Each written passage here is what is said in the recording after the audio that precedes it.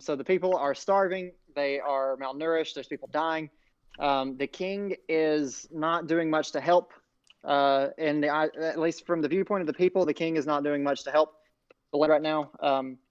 There is a resistance that has started that's being headed by a man named Marlos.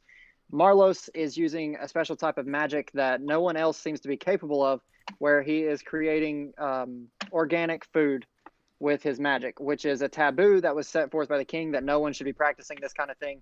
And typically the people that do this are like jailed, sentenced to death. It's a very heavy punishment for doing magic of this fashion.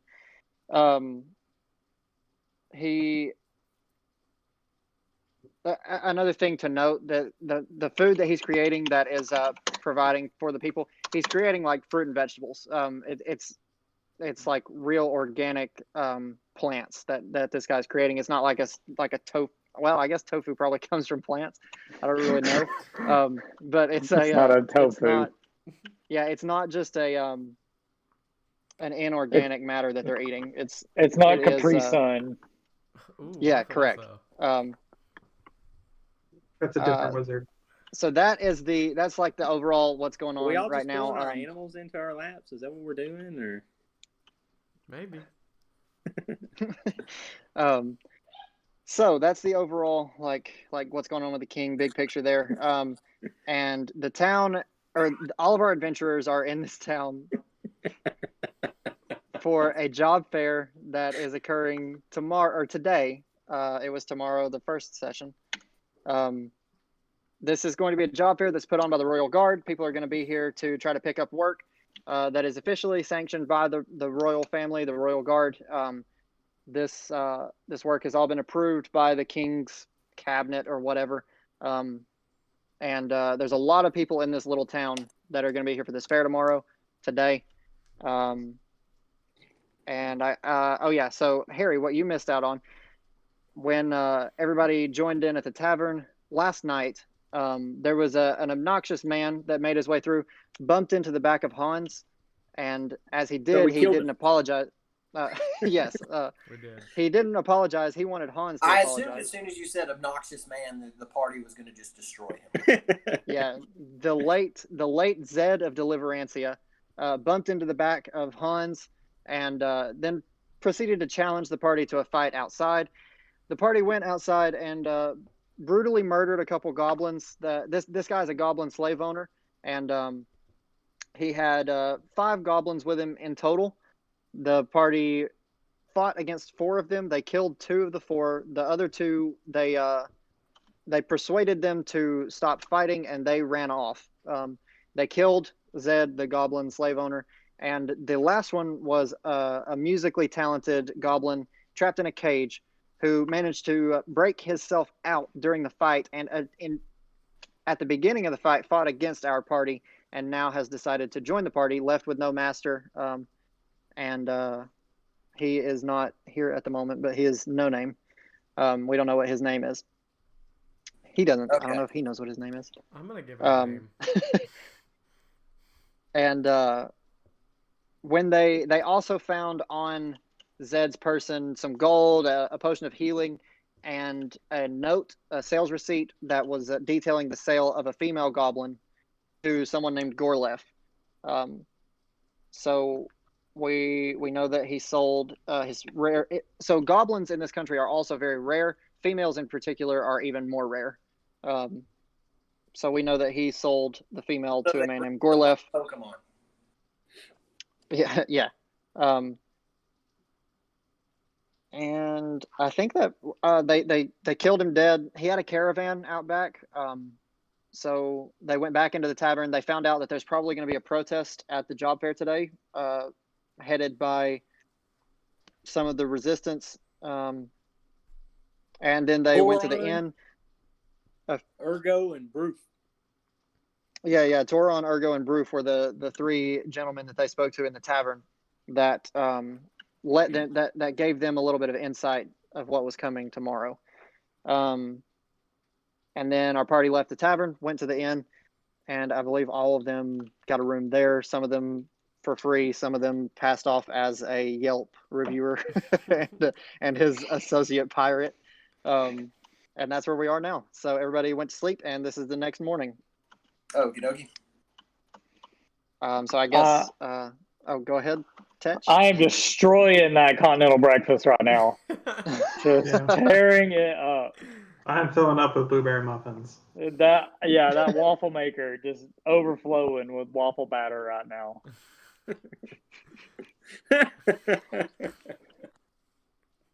All right. Yeah, so you guys are there at the little dining hall in the inn enjoying your I guess you guys, our two rogues are there enjoying a nice breakfast. I don't know about the rest of you guys. I'm sitting at a table behind them having a nice bowl of fruit. I'm carrying No Name in his cage because he was still pretty tuckered out from last night. So I've got him. He's asleep in the cage. I'm carrying him around. All right. I'll have Signal will have a cup of coffee, and he's going to walk up to sit with Hans and No Name. All right. Good morning. I'm to try to speak in Goblin. Oh, you're already going to try to speak? Ask for water. But it's going to sound really awful. Well, we got to hear it. Yeah, It's we just got to like hear it. Wah. Wow. I, being the only goblin speaker, notice that it's crudeness, but understand it, and get him a grog of water, and hand it to him in his cage. But I'll leave the door open. He can get out if he wants. It's not closed up in there. In the cage. I make a little house out of a Belgian waffle and then I eat it. Hey, yeah, 51st date style. Yeah. You guys also, sorry. I guess I should add this in. You guys also notice that the only other person getting breakfast right now is an old lady in some very elegant looking bright gold decked out, iced out, got the drip robes. And she is over sitting by herself, the only other person here. She's got gray hair, looks to be human. Is she attractive? Yeah, she looks to be human. Yes. She's human. Okay, yeah. And she's the only other person in here with you guys. All right. Signal will slam his hand on the table, get up, and walk over to sit with her. Hello, darling. How are you doing today? Well, don't you just look strong as an ox? So let me describe what you're looking at right now. So my character's name is Signal. He is a halfling. He is 4 feet tall, or 3 feet tall, 40 pounds, gray hair, very old, has an eye patch, but he's extremely muscular. Think an army veteran that's been out of the war, but he's seen it all. 40 pounds of muscular? Yeah, he's ripped, decked. Yeah, it's all muscle, no fat. He looks like Jay Glazer. Oh, I know. I'm wearing a bandana. Well, how are you doing today, handsome? Would you like a hard candy? And I'm going to reach into my pocket and pull out a Werther, essentially a Werther's Originals, and hand it to him. A Werther's Originals. Wait, is Rotsuke the lady? You know what you're saying? Oh, I'm gonna come out of my cage and what did you hand me? Okay, He handed you a candy, an appetizing looking Werther's Originals. All right, I'm gonna. I'm following after No Name, because he's going after the candy, and I don't want him to cause a fuss. Oh no. The candy is in my pocket. So I'm going for the back pocket now. I'm going to tell he's. Can I tell he's trying to steal it from me? Oh, I'm doing He'll have to roll a sleight of hand. Sorry. You'll have to roll a. Yeah, that's what I'm perception. asking. Like, is he gonna do that, or do you? Sorry, want me to? I lost my thing cut out. Everybody sounded like robots. What happened? The candy's in my pocket, and No Name is trying to steal it from me. Oh, okay. Go ahead and roll up sleight of hand. No name. He'll probably get it. My passive perception is not very strong. Give me a second because I haven't been on this website in a while. So. Oh wait, so I need to do that as a check against your. Okay, so we haven't had that happen. No, yet. it's me. It's me. He's stealing it from me. Right. So I'm the one that rolls. So, wait, doesn't I he have to got roll to 14. see if he can pull it off? Yeah, he's rolling. You roll sleight of too, hand, right? And then, well, he's rolling against my passive perception, which is a set number. I Oh, rolled okay. 12 plus 2. 14. What is it? 14. Oh yeah, he gets it. Heck yeah, notice- water and candy. Do I notice this? Yeah. Roll perception. But add disadvantage because you're ancient.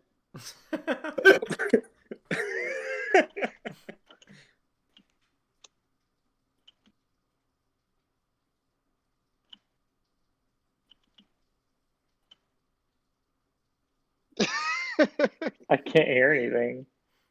He's not got his push to Yeah, he's talk rolling. pressed. I just saw that expression. I got 12. I didn't see it. Yeah. All right. So yes, you missed the fact that he swiped his candy, but I'm I'm going sure you'll straight have back another to my- opportunity. All right, so I'm gonna tell her, me, Signal. You? Hello, darling. My name is Ethel Conrad, and I'm a priestess from around here, and I was coming down for the job fair, but it seems I've been just a tad late. We job fair too. Since I'm standing right behind, I introduce myself. I'm Han Stillrunner. This is No Name, my goblin friend. We're all I here slap together. Hans on the back. Yeah. Well, don't you look like just a bunch of handicapped, or not capable adventurers? Would you all like some hard candy or maybe some taffies? I've got some peppermints. Yeah, I'm always trying to. I'm not really from around here, so I'll try any of the native candies. Oh, I'm going back out of my cage. That's towards great role playing. And I'm Yeah. just sitting over in the corner drinking my coffee, watching all of this go down. I'm gonna point at her and go, Okay. come here. Are there mimosas at this continental breakfast? It's breakfast. There should be mimosas, absolutely. Yeah. You look as if you're trying to tell me something, darling. I'm pointing at them to come over here. To teach. To Yenfri, Tetch, and Jeff. Yeah. Oh. Well, I have other motivations. After destroying the continental breakfast, making it look like a hurricane went through, I've made my way to the front desk to berate the poor woman working the counter to try to get free hotel rewards for my free night stay. All right. Sir, I'm afraid I just don't. Rewards? What? I've never even heard of that. You just pay for a room and we give you a room. What more do you want? My buddy is a high-level Yelp member. I know you have a rewards program.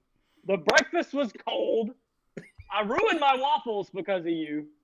And quite frankly, we had to share a towel this morning. I didn't want to tell anyone. Room with. Gosh, why does my thing keep messing up right at perfect time? I missed some of that. I'm sorry. You were arguing with me saying that I messed up your waffles? You didn't mess them up. I made them. Oh. It was my own fault, but I'm blaming you. It's Oh, you're your blaming fault. me? I'm going to say, look, I'm sorry, sir. We gave you a room for free last night. It was one of our best suites. There is just nothing more I can do for you. I'm sorry. I'll remember this. Just like Very all the well. Telltale games, I will remember. Yeah. Everybody disliked that. So she's going to just throw her hands up, fine, and just walk away back into the back room. Proceed to steal all the money in the cash register. Oh, no. Oh, my Okay. goodness. We are never going to leave this area. Welcome to Oh, my DMing goodness. for a group of newbies. Yeah. I look Um, at Ethel and I go, we don't know him. He's not You don't with want to us. know him, but you know him. Do I see all this Okay. happening? Yeah, you can see it. It's right out. He just made this big scene. They were both shouting. Everybody is looking. But I've already set the scene that you guys are the only ones there, and she's in the back room. So unfortunately, he's going to have a good shot at getting this with his sleight of hand roll in just a minute. But I Uh-oh. saw him yell at her and berate her. Yes, you did see that. Yeah, everybody saw that. It was loud. It was a scene. Yeah, Ethel's going to get up in a huff and walk over to him and grab his ear and say, How dare you yell at such a young cashier? That's offensive. You should apologize to her right now. and then I'm going to pull a switch out of my pocket and start whipping him in the leg. Roll damage. Are we going to roll to hit? Yeah, Yeah, I guess you got to roll to hit. No, you don't have to roll the hit. It's just a gesture. Okay. Just a gesture. Okay, all right. Nah, All right, so damage that's what's in. going Yeah, down. I We have just like a -1 modifier on my strength and dexterity, so like it probably okay, wouldn't so it hurt doesn't anyway. hurt. It's just like lightly tapping Tetch. I mean, is this supposed to stop me? Like, Yeah. I mean, I feel like I could just be mean and push her down, but I don't want to do that. Are you really going to deck an old lady? You gonna punch an old lady? Yeah. I mean, you try she's that and hitting see what me. Signal does. You sound like a person on bath salts. You ate a whole breakfast and then you knocked down a whole old lady. I'm going Hey. to grab him by the ear and just start walking towards the table where everybody's sitting. All right, I'll follow. Got my eye on that cash register, though. It's not going away. Now you sit down here, darling, and you think about what you've done. Now I'm trying to talk with the rest of your group, which apparently I can tell they're working with you because they're denying knowing you, and I know if they're denying knowing you, they definitely know you. It's about time somebody put you in your place. Oh, please. Oh, Oh, Yenfri speaks up from the corner. Hans doesn't really. All right, he doesn't all right, really so know all what to this is do. going on. He's flustered. Would He's you obviously have been embarrassed, but he doesn't feel like it's his place to get in the way because he's still new here, and maybe people just take things out of cash registers. He doesn't know. He's never even seen a cash register. Now we all have need of a bright, young, beautiful priestess to help you in your journeys. Do you know where one is? I'm going to pretend like I didn't hear that, darling. I love the old lady. I'm going to go, like, crawl next to her legs. Uh-oh. Uh-oh. Oh no. Hans is losing his friend. Hans, me, friend, no. That's right. We'll always have each other. I'm gonna I'll slap like you on the back again. I'm gonna pull out another candy and hand it to the goblin. No, I'm gladly taking that. Hey, I'm going to see that, and that reminds me of the candy I put in my pocket. I'm going to reach for it to get it. I turn my pockets inside out, and I look at No Name, and I go, It's all right, darling. If you've already eaten yours, I've got plenty. And I pull out literally like a handful of like. I know, I'm grabbing some of those. She already gave me one. I'm going for it. I'd take one as well to try it because I've I'm never just gonna seen them divvy before. it up among the group. I take Each of 5. you have about 10 pieces of candy. Okay. I like All right, that. so now you guys have all tore It's going through on the your- equipment sheet. No, it's on my equipment sheet, too. I'm hoping to use it during combat. Add candy. Well, okay. So all this has been going on all morning. You guys have taken quite some time in here between eating the whole continental breakfast, berating the cashier lady, and all this getting to know Ethel. You notice that the shadows are starting to get a little less long in the building. Sun's moving up higher in the sky. Job fair. Oh, right. We were here for a reason. We should Yeah, probably make our way. I can barely speak, tells us about I go to the business center and print out a bunch of copies of my resume. Sorry, my Hey, does thing's it have lagging, the, so if you're waiting does on it me to have set the the scene, signature? just a second. Did you get the recommendation letter from the guy? I have scraps of it, I think. Recommendation letter got cut. I could try to tape it back together. Yeah. Blood all over it. R.I.P. If they call, he won't answer because he's dead. Hey, I want to forge a signature. Can you read a signature on it? I mean, actually, I think I have the ability to forge documents after reading them. I have a forgery kit. Hear it. All right, I Give me just a forged second, recommendation letters for everybody. All right. Yes. Read. Oh no. He's resetting his Discord. Just how do keep y'all going like while we're going at it. Hey, So, Dalton, did you remember to put the recorder back on? yeah, I did. Okay. So yeah, I guess we're getting ready we're all saddling up. We're gonna go out to the job fair. We've all met at the front. Yeah. I remember the review for the hotel.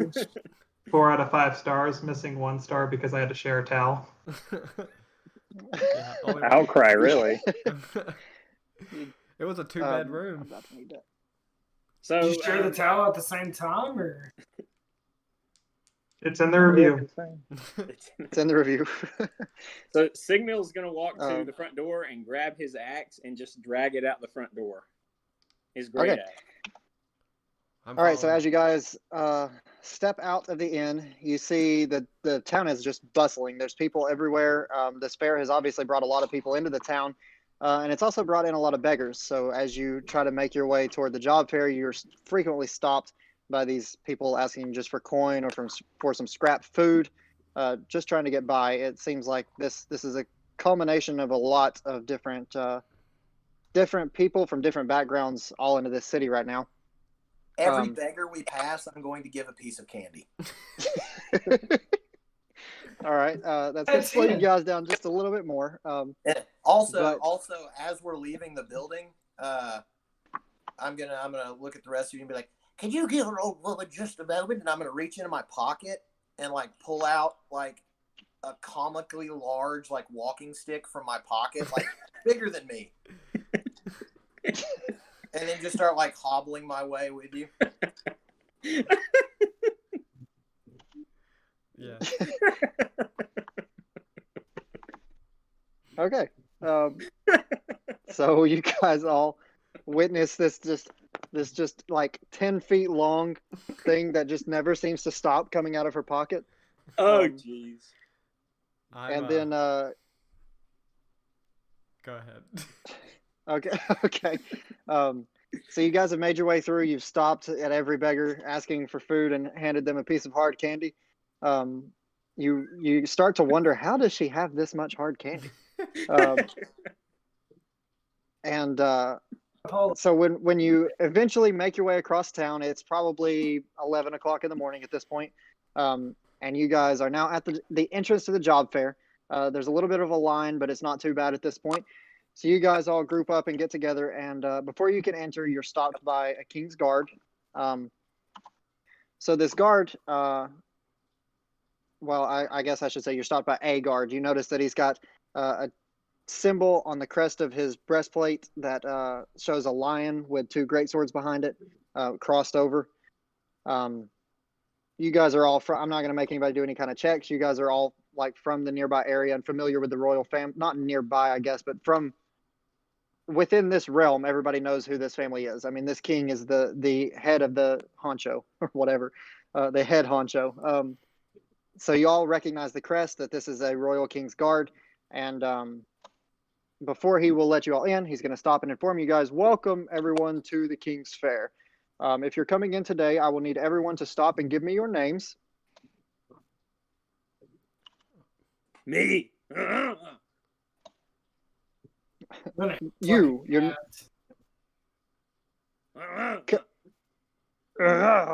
okay. Nice to meet you. Hello, darling. My name is Ethel Cartwright. Oh, it's a pleasure. Hi. You just look at you. You're just a handsome young man. Would you like a hard candy? Oh, I would love one. I'm going to hand him a hard candy. Oh, he takes it and immediately pops it right in the mouth. Bang, right in the mouth. So you guys have all introduced yourselves, and he's going to say, haven't. well, okay, all right, go ahead. Sorry. If you want to say yes. something special. Yeah, my name is Frisky McKenzie. Frisky McKenzie. That doesn't seem right, but okay. No, it is. I want to point at him. And say, Yeah. Okay. Yeah. All right. Well, Nice to meet you as well, Frisky. Nice to meet you, sir. Okay. Anybody else have anything that they want to add to their introduction? I give them a copy of my resume in case they're hiring. Oh, thank you. I'll file this in with the others. You were on top of your stuff this morning. Okay, so he's introduced himself to all of you. His name is Robert. So Robert is I was about to write that name down, but I could tell you made it up on the spot. Yeah, no, this guy's not important. Robert is he's a very he's been with the Royal Guard for a while. He no longer goes on the dangerous missions. He's just got a happy disposition. He's glad to be here. Glad he's met a lot of new faces today, and he's happy about 3 it. days from retirement. So, sorry, what did you say? I said, is he 3 days from retirement? Yeah, no, because you're gonna kill him if he is. I won't. You won't. Okay. So Robert poison. is also going to, after each of you introduce yourselves, Robert hands you a coin. So he gives each of you a gold coin, and this coin, when you look at it, it's larger than a normal like currency coin. It's very thick and heavy. Did you have something to say, Rachel? Do I get a coin since I'm in a cage? I was looking at my coin. Yeah, so I guess we'll say Hans introduced you as No Name, and he gave you kind of a look and like, okay. Sorry, I forgot if you were going to introduce yourself there. But anyway, he goes through, he hands each of you a coin. You notice that it's like high quality, like you kind of wonder, have they given these out to everyone today? Because like the country's going through a famine and they're handing out these like coins like it's nothing. Seems to be made of a solid metal. And then he's going to tell you guys, all right, so what I've just handed all of you is what's known as a level 1 King's Coin. With that coin, you guys can now accept low-level quests on the King's behalf. Every job here in the fair today is officially sanctioned by the Royal Guard, which means that you will earn reputation with the King by performing any of the jobs here, and your payment will also come from the royal family. That coin will allow you access to, like I said, some entry-level work where we will be able to get a feel for you, get to know you better. And then if you earn more reputation, you will trade that coin in for a coin of a higher level and higher level. And the higher level you get, the more responsibilities you'll be trusted with and the higher level jobs we'll be able to give you. That's, I believe, all I have to say to you guys for right now. You guys can go on into the fair. What does the fair look like? Sounds like a pyramid scheme. I got to get 5 friends to join, and then they got to get 10 friends to join. Yeah. It's a reverse funnel. When do I get You can my earn as carriage? much as you want while working at home. Just give me your social security number here. So you guys walk on in, and the fair, while still, there's still plenty of people here. You notice that there's not as much bustle anymore. People are kind of a little bit more stationary, just standing in groups and talking. There is a big wooden board that you guys can see, and it looks like the ground was made around it, cleared off so that everyone could get to that board and see. Probably a job posting board, and you guys can look around. There's all kinds of races here. There's halflings, there's dwarves, there's Goliaths. There's everything here looking for work. So Signal sees the Goliath. He wants to walk up to it. Wants to walk up to the Goliath? Okay. Yeah. You're free to do that. Me, Signal. Me. Grog. Nice to meet you, Grog. I'm with other Goliaths. You don't look like Goliath. But I act Goliath. I like you. I show him my big great axe, like 7 feet tall. Okay, he's gonna pull one off, and he's gonna be like, "Look! He's got one as well." Yeah. So you get to bond with a Goliath there. I'm gonna look at him at Signal and go, "You're a Goliath of the heart, darling." All right. The Goliath has nothing else really to add to the conversation. Goliaths aren't known for their intelligence, and at this point, he is just kind of standing there, just kind of looking around. I raise my hand up to shake his hand directly straight up over my head. He extends one finger. Okay. So as you guys are speaking with the Goliath, a halfling walks over. And he asks, okay. yeah. Opposite end of the spectrum, but on part, eye level with you. This halfling is not quite as chiseled as you are. He just looks more, just a normal build, not overweight, not skinny. And he's going to come over and he's going to say, "Hey, are you guys by any chance looking for work still?" Perhaps. What you got? All right. Well, I am Christoph Smithens, and I live over on the edge of Rusty Plains. And I've been having a problem lately with I've been having a problem lately with every now and then one of my livestock will just go missing. I'll go out to do my normal head count, and I'll just have one missing, and I've not been able to find what's taking my livestock or what's going on. And I'm really hoping to get some help with that. But the only thing I could get clearance from the king for was a level 1 mission. So no one has been too excited to talk to me today about this. But if you guys are looking for work, there's not much left. Pass. I'm just kidding. I'm kidding. Yeah, I immediately look at him and I go, let's hear him out. It's a joke. I know that you guys will be rewarded in gold from the king for doing the work that's posted here, but I will also throw in some rewards of my own. I don't have much gold to offer, but I think I can find some things that will make it worth your while. I'm planning to be in town for the next few days, so you don't have to come immediately. But if you guys would like to, I'll expect to see you maybe 3 or 4 days from now. No, we're going to very presumptuous. Can we ask him, like, can I ask him, like, is there any kind of pattern to when the livestock is going missing? I get some more info. I've not noticed a pattern myself. They just maybe 3 over the last 2 months have came up missing. It does usually happen at night. Now that you mention it, though. Usually, like there's 3. I can't talk. Okay, so it's happened at night every time. I go to do my head. I usually check on the livestock in the evening, make sure they've got enough food for the night, and then I come out and do a head count in the morning, and that's always when I've noticed that they were missing. Oh, dear me, I'm blind as a bat past 6 p.m., darling. So, well, there goes that plan. He's like, okay. Oh, I want to say, Signal's going to cough and go, we'll think on it. Let's look at other jobs first. Yeah, never take the first offer, guys.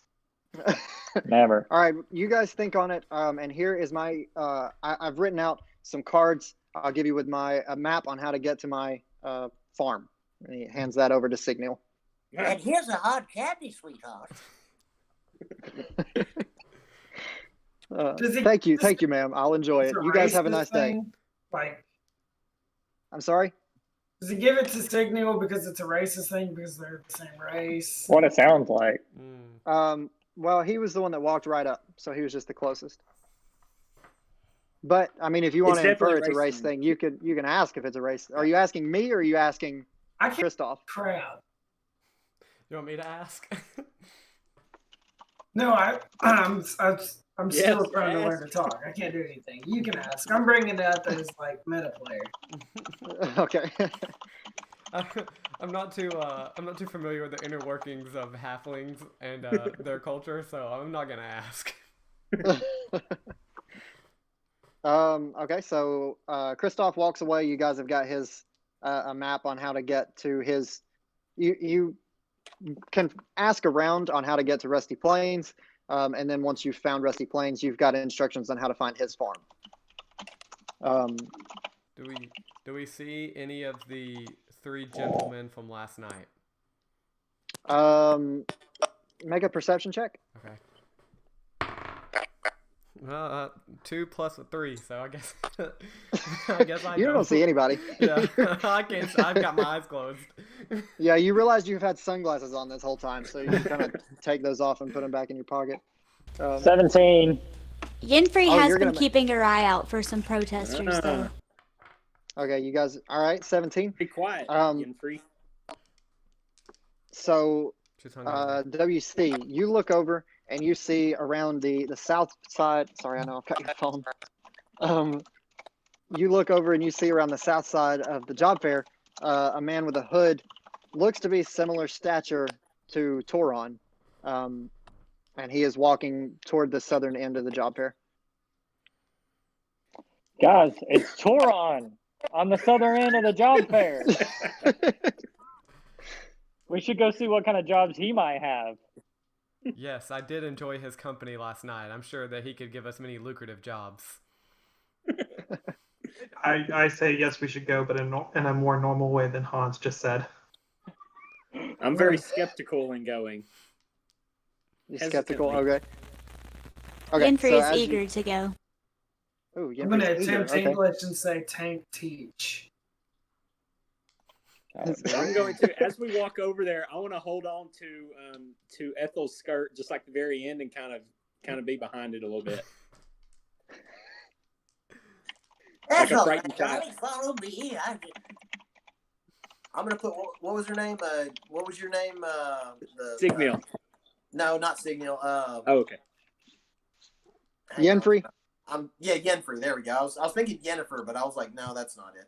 So I'm gonna put my hand on her shoulder while I'm walking with my cane and be like, I hope you don't mind, darling. I'm gonna need a little bit of a help.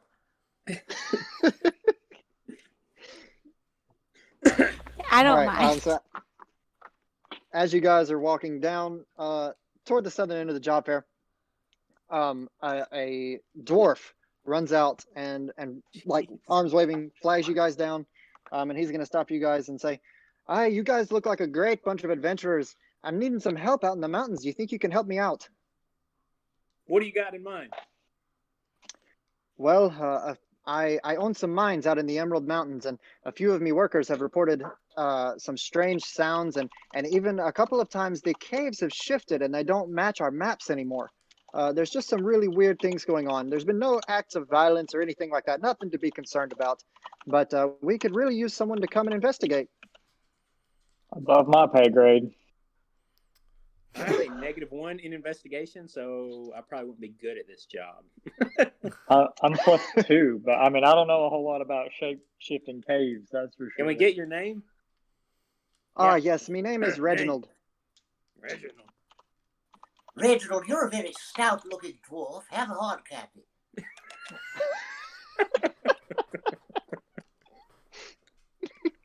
Sorry, I don't do caves. Oh, no, I'm telling you, you guys, this would be such it's easy money. Look, I'm sure, you guys, is there something I can do for you guys? Do you need a mode of transportation? I'd be happy to help. Do you need this job done right away, or can we come after we check around a little bit more? Oh, no, not right away. Actually, we are going to be shutting down the mines for a week for vacation for all of our employees. That's going to be, about a week from now. Not an Amazon cave. If you guys could come then. Say what? It's not an Amazon cave. Yeah, no. That doesn't sound like a red flag at all. Reginald is a much better boss than Jeff Bezos. So if you guys could come maybe in a week or so, I'd be happy to make it worth your time. In fact, I've got a couple of horses here in town. You bring the horses and come see me next week, and we'll get this thing squared away. Does that sound good? We think on it. Perhaps. Someone needs to use some insight and figure out what this guy's up to. Okay. You wouldn't happen to have a car. Can I roll an insight check? I have +3 insight. I'm +0, so yes. The dude's lying, or he's not telling the whole truth. Yeah, can I roll it? Yeah, can I roll for insight? Yeah, you can. I'm Jesus. 2 + 3, so 5. Oh my god. Anybody else can roll an insight, please? I'll roll insight. Hold on. I don't find him untrustworthy. I have +2. I've got 23 on insight. Jeez. Okay, we're good. You've got wait. 23. You've got what now? I have +5 to insight, and I rolled an 18. Okay. So you can tell that Reginald is not necessarily lying. There may be a little bit more to the story than what he has been letting on. He does seem to be hiding something, but he's not outright lying. Mr. Reginald, now, we'll be putting our lives on the line by going into your mind. You sure you're telling us everything, darling? Yeah, I don't think you want an 80-year-old woman in your mind. That sounds like a lawsuit. Okay, look. I'm coming to you out of desperation. One of me workers actually disappeared. I've not felt it's safe enough to send any of my own people down there. We've already lost one. I care about my men. I don't want to see them hurt. That's the main reason we're having vacation in a week, and I'm looking for someone to come and investigate and try to see what happened. Why would we help very someone? Beautiful accent, darling. Why Thank would you. we help someone that lies? I couldn't pass this job. He's just trying. He's desperate for help. You can't blame the man. Were you talking in character, Mikey, or not? Do I need to talk in character? No, you asked. Yeah, it kind of think depends it on how I'll respond if you say that in character or not. Oh, I said that in character. Yeah, I said that too. Say it again. I'm sorry. Well, you said that, and then Ethel. You should listen to your friend. I'm just desperate, okay? I didn't mean to hide any ill intentions. No lie, just secret. I don't know about this one, guys. It seems kind of shady. I know I'm not really from around here, but I'm just not getting the right vibe from this cave. Like, Well, if someone disappeared, someone needs to find him, darling, and I guarantee you the town's guard aren't going to do anything about it. Me live with dwarf before. Me good in cave. Yeah, but I'm gonna have to like bend down the whole time. It's gonna be really bad for my back. He's gonna reach up and say, "Nonsense, laddie." Yes. My back has been killing me for 45 years. Oh, I used to be a young belle of the ball, but nowadays, oh God, it hurts every day. It's harder to wake up every single day. I have to take the menthol, and it's just rough every morning. The horses. Y'all can do what you want, but I don't do caves, and I don't trust this guy. We'll think on it, Reginald. I'm sorry, but if you guys can't help me, I'm going to have to look for someone else. I'm not going to leave my offer of the horses on the table. If you guys want the horses, then you're going to have to give me an answer. We're going to hiss like a cat. Guys, I've already named my horse. Do we know, a hard bargain. Hang on. Do we know the pay difference between the missing sheep and the Cave of Wonders? Is it worth it? Well, so how much gold you got, sir? The missing sheep was only 3 days from now. He said he'd be back in town. This is a week in the future. So, I mean, there would be no conflicting if you guys wanted to accept both. Okay. Are they on the way? I mean, unless it took us a long time to do the first quest. That's true. I mean, if you guys get stuck, then for what he explained to you, you shouldn't be there long enough to interfere with this quest. Good Sir Reginald, can we borrow your horses for a prior engagement? Can we try to persuade Yes, if you guys will agree to come out in a week, the horses are yours. Holy crap, You have a cough, darling. I'm telling you, my back kills me when I ride on. Free horses are great. Well, okay, so the party has found a caravan that can be pulled by horses. Yeah. I'm trying to, I didn't want to actually remind everybody about that, but you weren't there. Zed had a caravan out behind the tavern with no horses attached to it. So this would be Jinx, a way to pull Scoob! I just realized we could use the horses to pull the caravan. Wow. I say, Like, you know what? He seems. Wow, man.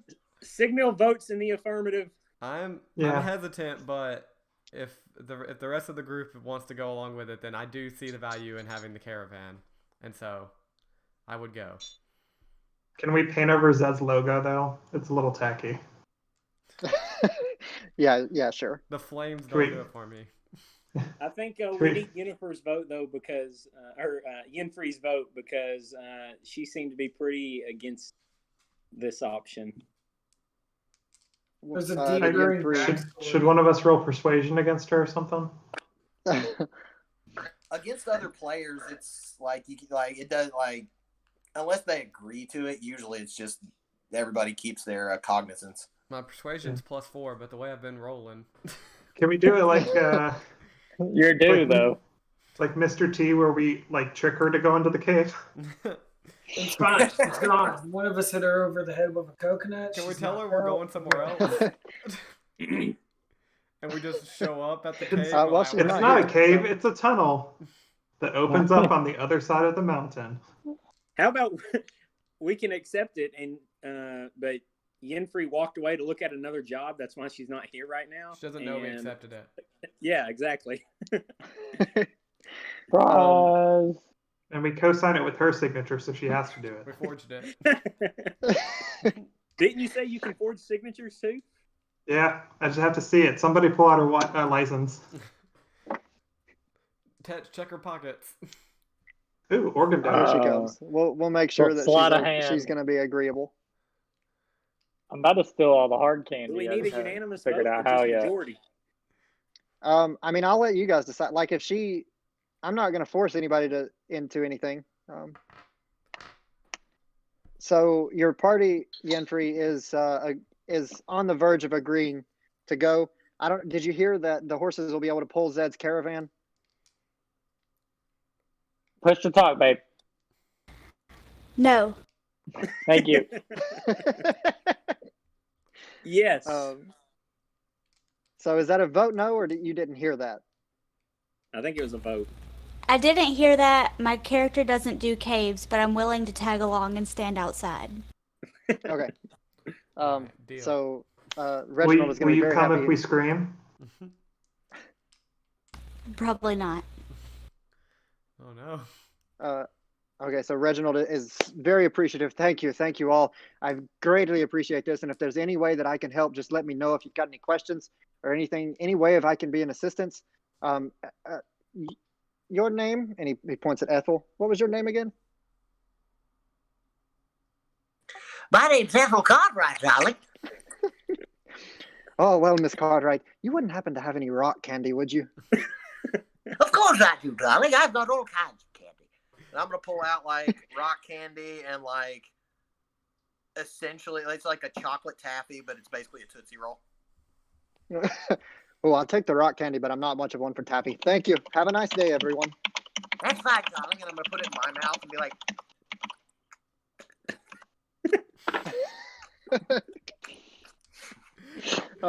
did you forget to take your teeth out before you put that taffy in? But I don't like those. he is as he takes the rock candy from Ethel, he's going to hand Ethel the information on where to find him on in the Emerald Mountains. I'm gonna pull out a Hey, pair of spectacles and like look at it like How My far connection away was are bad. these What did you two say? jobs from each other? Yeah. I said I put on a pair of spectacles and like looked at the information. How lucky would we be if this cave was like right behind that farm? Oh yeah. Whatever's killing. Okay, sorry, my thing's trying to catch up. I can roll a history. How far check and away see. are the two jobs from each other, Alex? Hang on, my screen's trying to catch up. Sign language. Someone sign language. It's actually What are you plus rolling, 2. Mikey? A history to see if I know more about the area. That would be survival. It's a survival check. To know the distance between two places? Yeah. Yeah, babe, don't you know this? That's what I No. would think. I don't know. It's okay. Well, I don't Recall know. recall lore and historical events, legendary people, ancient kingdoms, past. Okay, I mean, I don't know. I just figured. What's Survival the is question? Sorry. tracking How or far away finding are the jobs from prey. each other? Oh, should I make you guys do a check for that, or should I just? I mean, it's up to you. We didn't know what check it would be if we did. Okay, so how about you notice under the job fair, or next to the job fair bulletin, there is a big is that a hammer? There's a big map of Amestris. Okay, well that helps. Can I look at the map? You can. It's back north. So you guys started south. You were about halfway across the job fair. Oh, the Can we map still is back see the up guy? north. No. We need to go get to the robed figures. So make a perception check. He tried to distract us. Yeah, that's Who's what I got was the highest thinking. perception? The protest probably already started. I rolled a 7, so don't want me to do it. 15. Hey, the little guy season. As far as you guys can tell, he's disappeared. You guys don't see where the man who looked like Toron was anymore. There he is. Oh, no, wait, that's not him. Yeah. I yell his name really loudly. But you guys do recall that he said you guys would know when the protest starts. There's not going to be a question. He was very confident that you guys would be able to see the signal.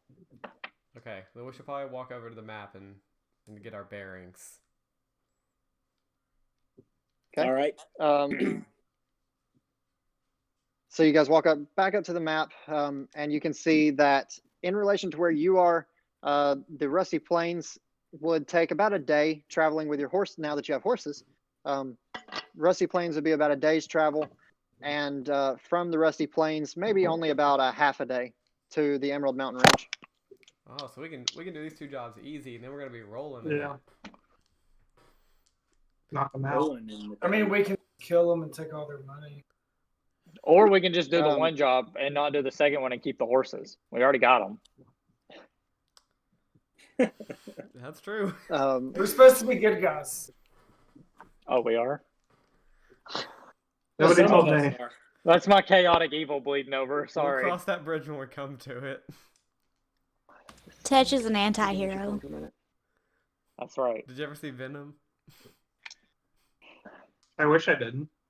Think more like Deadpool. I agree. Oh, we're going mobile. Oh, we're going on a walk. We're on. I say my phone is just like struggling, so I'm trying to find somewhere where I can not have to deal with that. Okay, so I say we go not having and Wi-Fi talk is to the killing king. Go and talk to the king. Yeah. I mean, you can make a perception check to see if you can see any leads on where the king is. That'd be investigation. That would be what? Investigation? Oh, an investigation? Okay. Investigation. That's a 20, right? Yeah. 19. 19. I have +5, but it looks like you got it. Add +5. Why would I add +5? No, she does. No, I have +5 on investigation. Gotcha. Okay. I had +2. So you look around and you can see that the place is littered with royal guards. That there are a lot of tough looking. They've got heavy armor. They've all got the crest on their breastplate. But you don't see anyone that resembles the king at the fair. Are they hiring for one? Yeah. For you guys looking for a new guard? king? We haven't seen it. Yeah. Or a king? Maybe we. There's no. Sorry. Also, my thing cut out a minute ago when you guys were looking at the map. I couldn't get connected back in time. You guys noticed that there was one posting on the board that hadn't been taken yet. There's one left, still attached to the job posting board. I grab it off the board. Oh, fine. I'm trying to jump up. We hold We're hands. And I say, no, you take it. And We share each take a quarter of it. You're too kind. I pull it off the board. Okay. Can I have your phone back? Sorry. What is this phone you keep talking about? Okay. So the it's a mirror. Yeah. Okay, so this posting, it says that they're in need of help. It says, I'm in need of some help around my property. Namely, a few trees need to be felled, the brush pile needs to be burnt, and the north end of the property needs to be, well, tended to. And there's a note at the bottom that reads, adventurers only. Dibs. Sounds sketchy. Is there any kind of like investigation we can do for this? I don't like What's this. I'm gonna say no. It's just a piece of paper. I mean, you could you could do checks on the Their, piece of paper their itself. handwriting looks sinister. Is there a due date? If you squirt lemon juice on it, the Declaration of Independence shows up. It needs help. They need help immediately. Immediately? Where is this located? Where is it? This job is actually in Tuttenheim. Oh. This So it's in the actually city. here. Okay. It's on the edge of the city, but yes, it's here. That's you where could be we there started within out a in. matter of minutes. I'm not going to say this is my character, but I think it would be very funny if this was just a landscaping post. That's all the job is. It's just do landscaping. Well, how much does it say how much this one pays? 100 gold. What was Each? the job exactly again? No, not each. It pays 100 gold. Okay. Oh wait, how much gold 100. 100. for landscaping? It's urgent. It's a trap. I mean, that's what it. Or it is says. it? All right, we're gonna It walk says- over here and we're gonna do like Yeah, what does a it say perception again? check right away on that guy. Okay. We're not So going it there says. yet. I'm gonna adjust what I said just a little bit. But it take reads, back. seeking help immediately. A few trees need to be felled, the brush pile needs to be burnt, and the north end of the property needs to be, well, tended to. Oh, there is bodies all in that field. Landscaping job? Urgently It's probably requested? it's probably all the dead goblins and the dude we killed the first night. Some random guy's property. He just wakes up the next morning and he's like, what is this? And Zed. It sounds like the job posting from like a shitty romance novel when she's trying to find a man. The north end is the This name is of my- his daughter. Yeah, this is my segue Okay. into your new Please, LMN let's movie go to title. this one. That's just too good. I mean, we game can for kind of knock all anything. 3 of them out after the protest. Yeah, we should not go Um, anywhere just yet. So And who nobody's knows, this grabbed protest this. may just take us away from all the jobs. Nobody has grabbed this posting, so you guys have taken down the posting and it's in your inventory as far as that's concerned now. And then as you guys are discussing whether or not you think it would be a good idea to go do that, you guys all hear a loud commotion down at the south end of the fair. Positive commotion or negative commotion?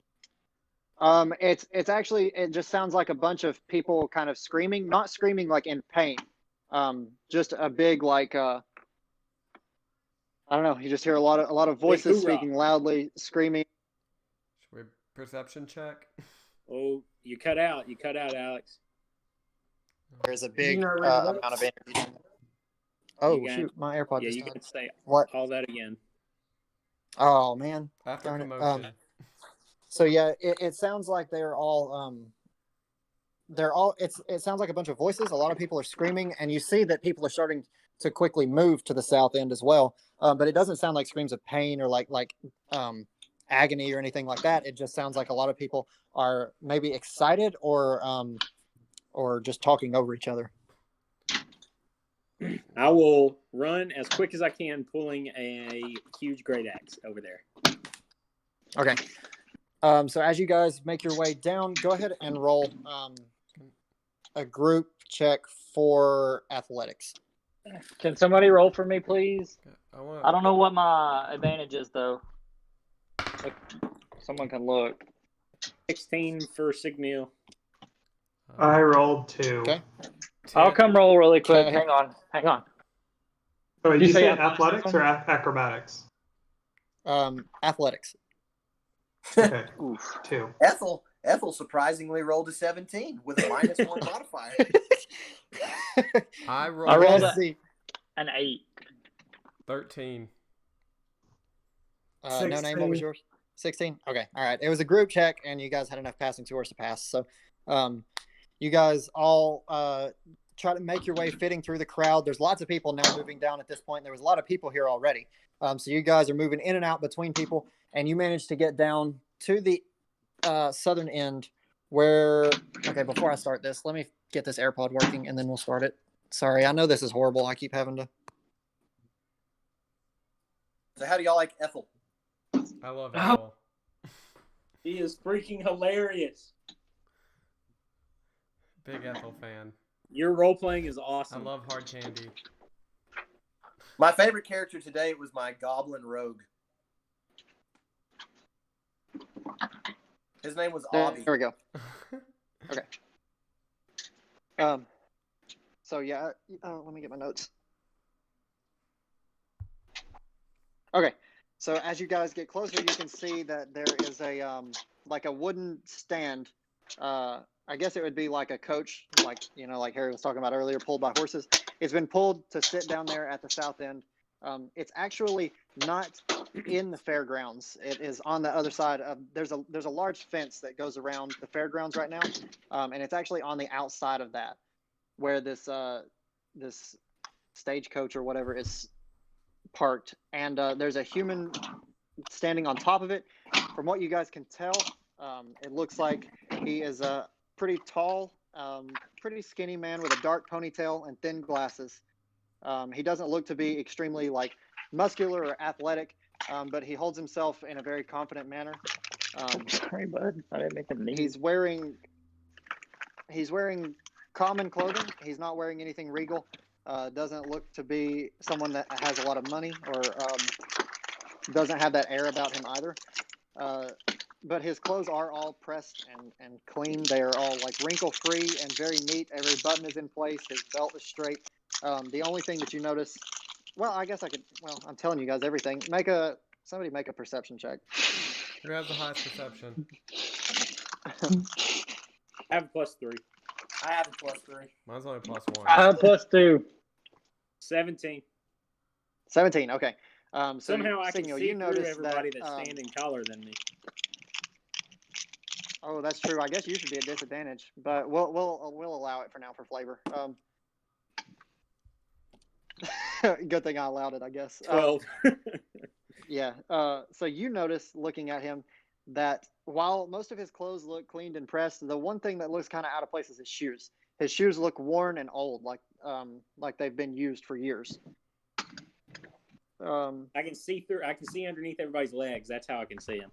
Yeah, yeah. The crowd parted just right. Everybody took a step, and you just got a clear shot up, and you could just see his shoes for just a second, and you notice that. I run back to everybody and I say, his shoes don't look good. That's quite a mean thing to say about something, darling. How do you know he can't afford more expensive shoes? I wasn't saying it mean. I was just You making should an always keep an observation. open mind, and you shouldn't offend people. It was an observation. You gotta talk character on that one, man. Are we still on the other side of the fence? Yeah, so you guys have made your way down. Everybody that's crowded to see him, there is people on the outside as well that were in the streets as they realized this commotion was starting, but the majority of people are all crowded inside the fairgrounds, looking through the fence at him. And then, so you get there just as he's trying to quiet down the crowd, and he starts a speech. And so he says, "Fellow citizens of Amestris, I am here today to provide a brief repose from your current struggle. Any who are hungry, please come eat as much as you'd like." And as he says that, he motions, and there's an empty stage beside him. There's two. There's one on his side of the fence, and there's one on the inside of the fence. And as he motions, you just see a bunch of fruits and vegetables just populate out of thin air and fill those carts. And people start going crazy. They're fighting over each other, trying to get some food. And then he begins trying to calm the crowd, saying, "Please, please, there's plenty for everyone. I'll make sure that no one goes hungry today." He says, "In return, I just want to ask you all, in your time of need, when you and your family are facing starvation and extinction, where is your king? Where is the royal power that is supposed to prioritize the needs of the people of Amestris? He's not here. Even now, the most notorious person in the nation stands at his fair, speaking treason to his people, and his response is slow and ineffective. I ask you all to consider your position on this matter. Consider supporting a revolution that puts your needs first. I am only one man. I can't change this country alone. But together we can bring reformation. My philosophies are public and transparent. If you wish to know more about what I want for this country, it should take little investigation to find. There will be a time soon when you will have a choice, when you will have to choose which path to take. I beg you all to choose the path that leads to prosperity. And as he finishes this speech, you see a bunch of royal guard have just made their way through. They're kind of shoving people trying to get through to him. A few had already made it to the outside and realized that he was on the far side of the fence. They are all not carrying ranged weaponry. So he was safe from them. A few have made it to him from the outside, and just as one reaches up to grab him, he vanishes into thin air. And you guys are left now standing around. You can see a crowd of people everywhere. Most people are fighting for food. People are talking amongst themselves, talking about how treasonous and treacherous this man seems to be. Some people are talking about how they believe in him, and these are all loud conversations you guys can hear just from where you're standing. You look over, and outside the fence, right along the fence line, you see Toron. Well, I don't know about the rest of you, but I think that was quite impressive. Yes, quite the exit there for sure. Look, everybody, there's Toron. You think maybe we should approach him and ask him about the demonstration? I don't know who this Toron is. We shared some drinks with him last night, and he tipped us off to the protest, and he's a shady fellow. If we were seeking more information, I'm sure maybe he could give it to us. I don't know. He's a Sixers fan, so I don't trust him.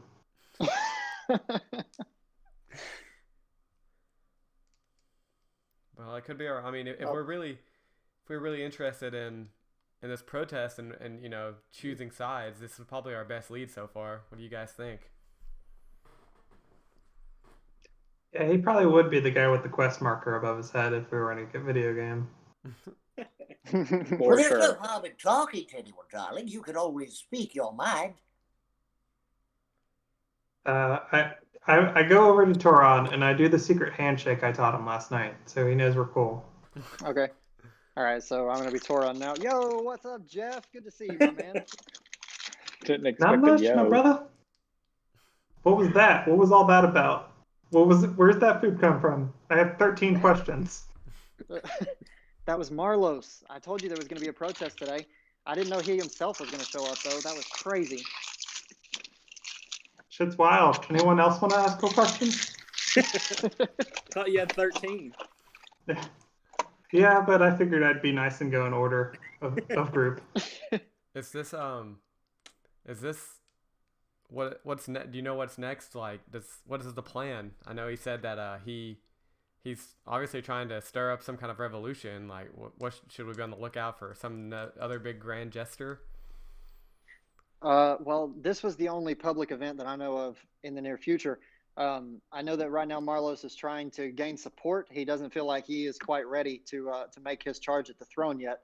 So I know that right now he's still trying to build the trust of the people. I've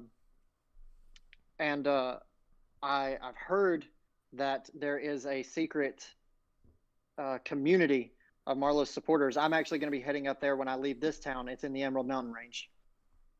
Is it near this cave? And I point on the map.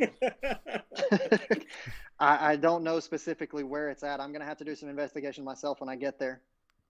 Can you roll for that? For his investigation? Do we know what to look for? Yeah, I want to roll insight on him. Roll insight on Toron? Okay. Yeah. I want to see if he's lying or if he knows anything else that he's not telling us or anything. Okay. I have +3 on insight. Should I do it? I feel like Signal is skeptical of him. I don't know how you feel of him, but I'm a little skeptical of him. I'm pretty lot. You go for it. I love shady dudes. 18. 18. Okay. He is telling the truth. You can tell that he is a very eager young person, and he's an eager young person. Probably hasn't been out on his own for very long, and he sees Marlos as like a role model and kind of like a celebrity. So he's super interested in following him in that regard. but he is not very knowledgeable, and he's not high in the chain of command within the resistance. He's kind of a wannabe. Charlie, are you from here? Sorry? I'm Are gonna you say from this capital area? Do you know why the king outlawed this magic? No, I don't have any idea other than the fact that he's just not good at magic. I mean, I think he's probably jealous, doesn't want someone to overthrow him. I think fair. Talk to king. Fair. Sorry, what? My thing lagged. I know you were talking in character, but Yeah, I said I think it would be fair if we talked to the king as well. Basically get both sides of the. Yeah, good luck with that. The king hasn't had any visitors in months. Is there like a public person we can speak to on behalf of the king? A PR representative. Yeah. Who handles his Instagram? We're asking this guy who doesn't like the king. Yeah, he's gonna be like, man, I don't know anything about the king. All I care about is Marlos. If we were to try to come to this meeting, is there something we can look for to know, like we're in the right place? Is there like an M carved into the rock?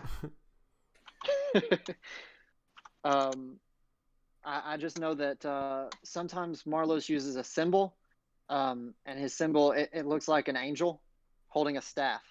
That's really all I know in regards on how to find him. Is he related to Chris Angel? Dude, that's a good show. The famous wizard? I'm sorry, who?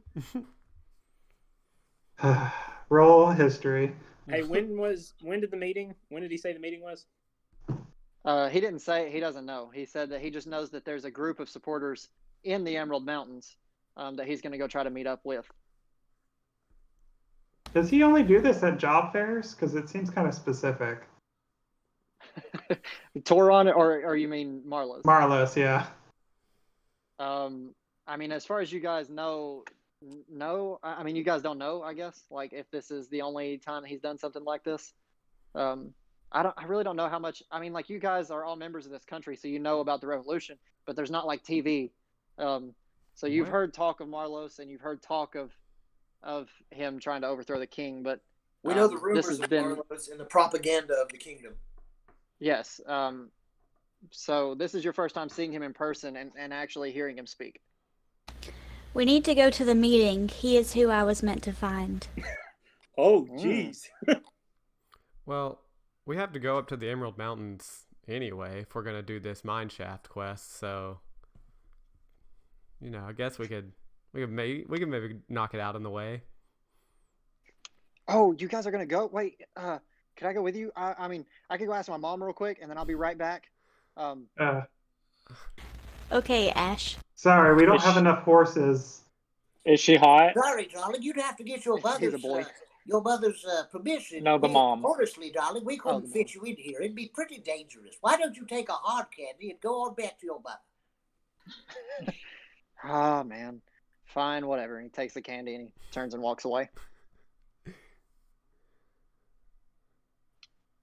Is there like do I see like whatever, kind of like a public speaker on the king's behalf, or someone that is there? There's several royal guard at the fair. They all just look like they're about the same in rank. None of them look any different than the other. What about what about Robert? He was cool. Can we talk to Robert? Robert? What? Yeah, I mean, Robert's still at the front gate, conversing with the patrons. He's old. He might have seen something. He might know something. I want to tug on Ethel's dress, and I'm going to say, must talk to guards about this. Well, you're just a precious little thing, aren't you? Let's go talk.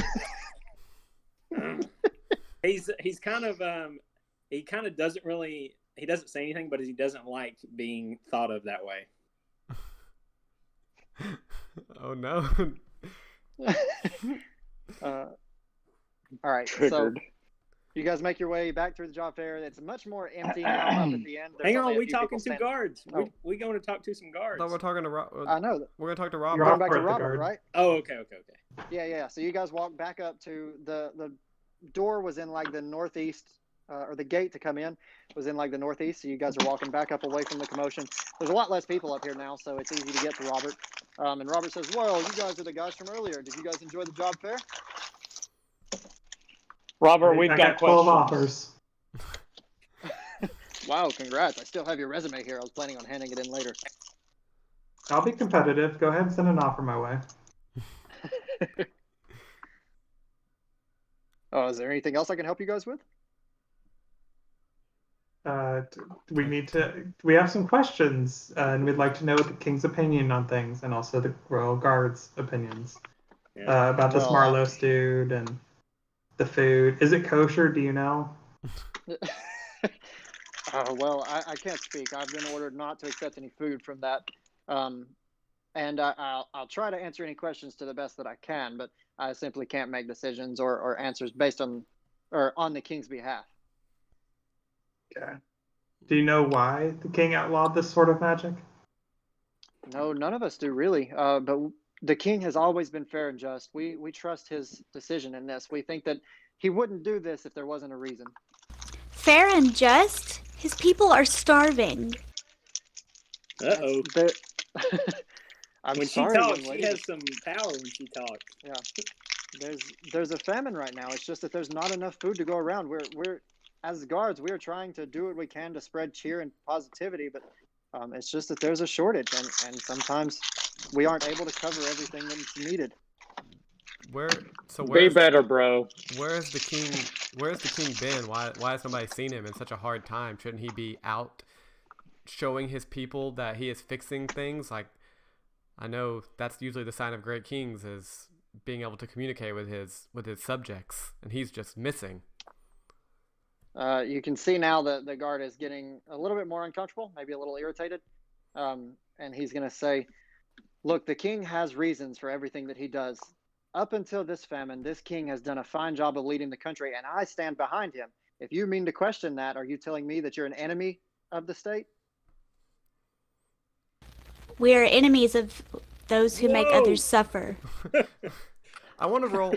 I take a step back. I do not know her. I think Robert knows. I think Robert knows more than he's I feel like that was an. Yeah, I feel like someone should intimidate him. No, I'm gonna persuade. I want to try to persuade him. Yeah, can I assist? No enemy here. Because I have +4 persuasion. I'm a plus. Okay, you're better than me, so for sure. You're gonna try to persuade him. I'm gonna try to persuade him to tell us more about the king's situation. I think he's. I actually have +7 persuasion. Okay, Jeff's gonna tell us. He's small. Oh boy. Okay, I rolled an 8. So, +7. +7, so that's 15. 15. Yeah. No, wait. That's not Guys, one. Never I have mind. 7 persuasion. I rolled an 8. Are we doing a team roll? Oh, you rolled It's a nat 1. Yeah. Nat 1. Oh god. Right, the guard's getting very uncomfortable, and you can see that he is now clutching his sword that's in his sheath. Big sword. Ethel's gonna step up. I'd say you should ask my friend Hans a question, No. and then I leave. Ethel's gonna step up. Should offer him a hard Now, candy. darling, anger's running high. We should all calm down, take a step back, take a breath. There's no reason to get angry over differing opinions. Everyone's got their own opinion, and you have to respect that, sweetheart. All right, so And as I'm the gonna king hand reached for his, and then you're gonna what? Hand him hard candy. Yeah.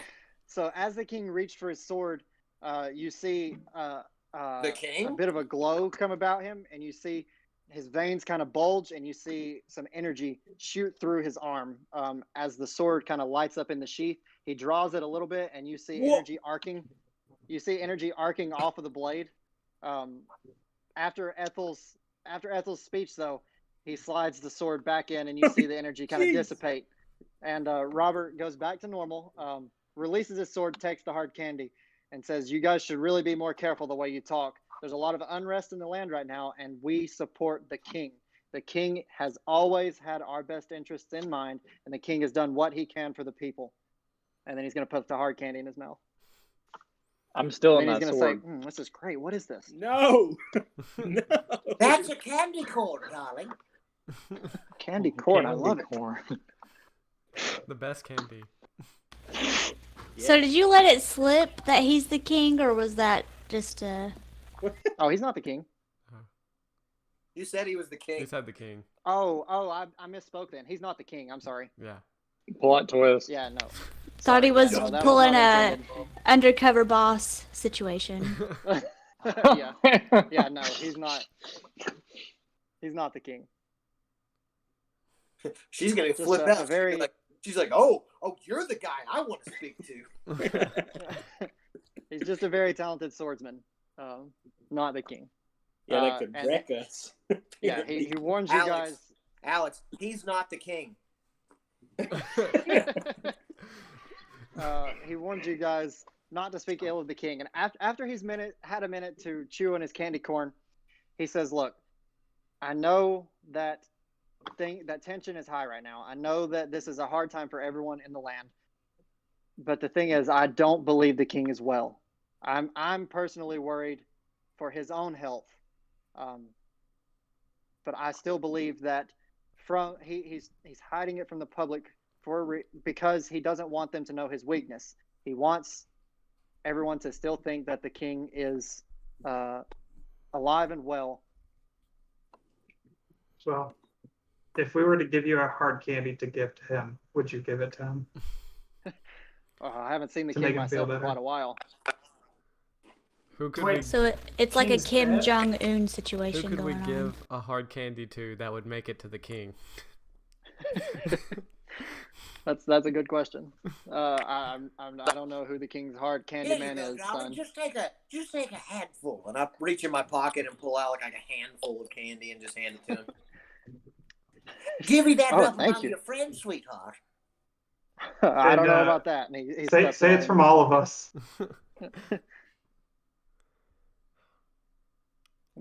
Okay. Oh, yeah. He's like, I don't know about that, about sharing. And he stuffs it all into his pocket and pops another one into his mouth.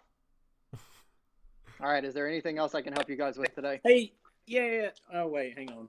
Can you validate No, I don't parking? Sure. Hand me here. I'll stamp it.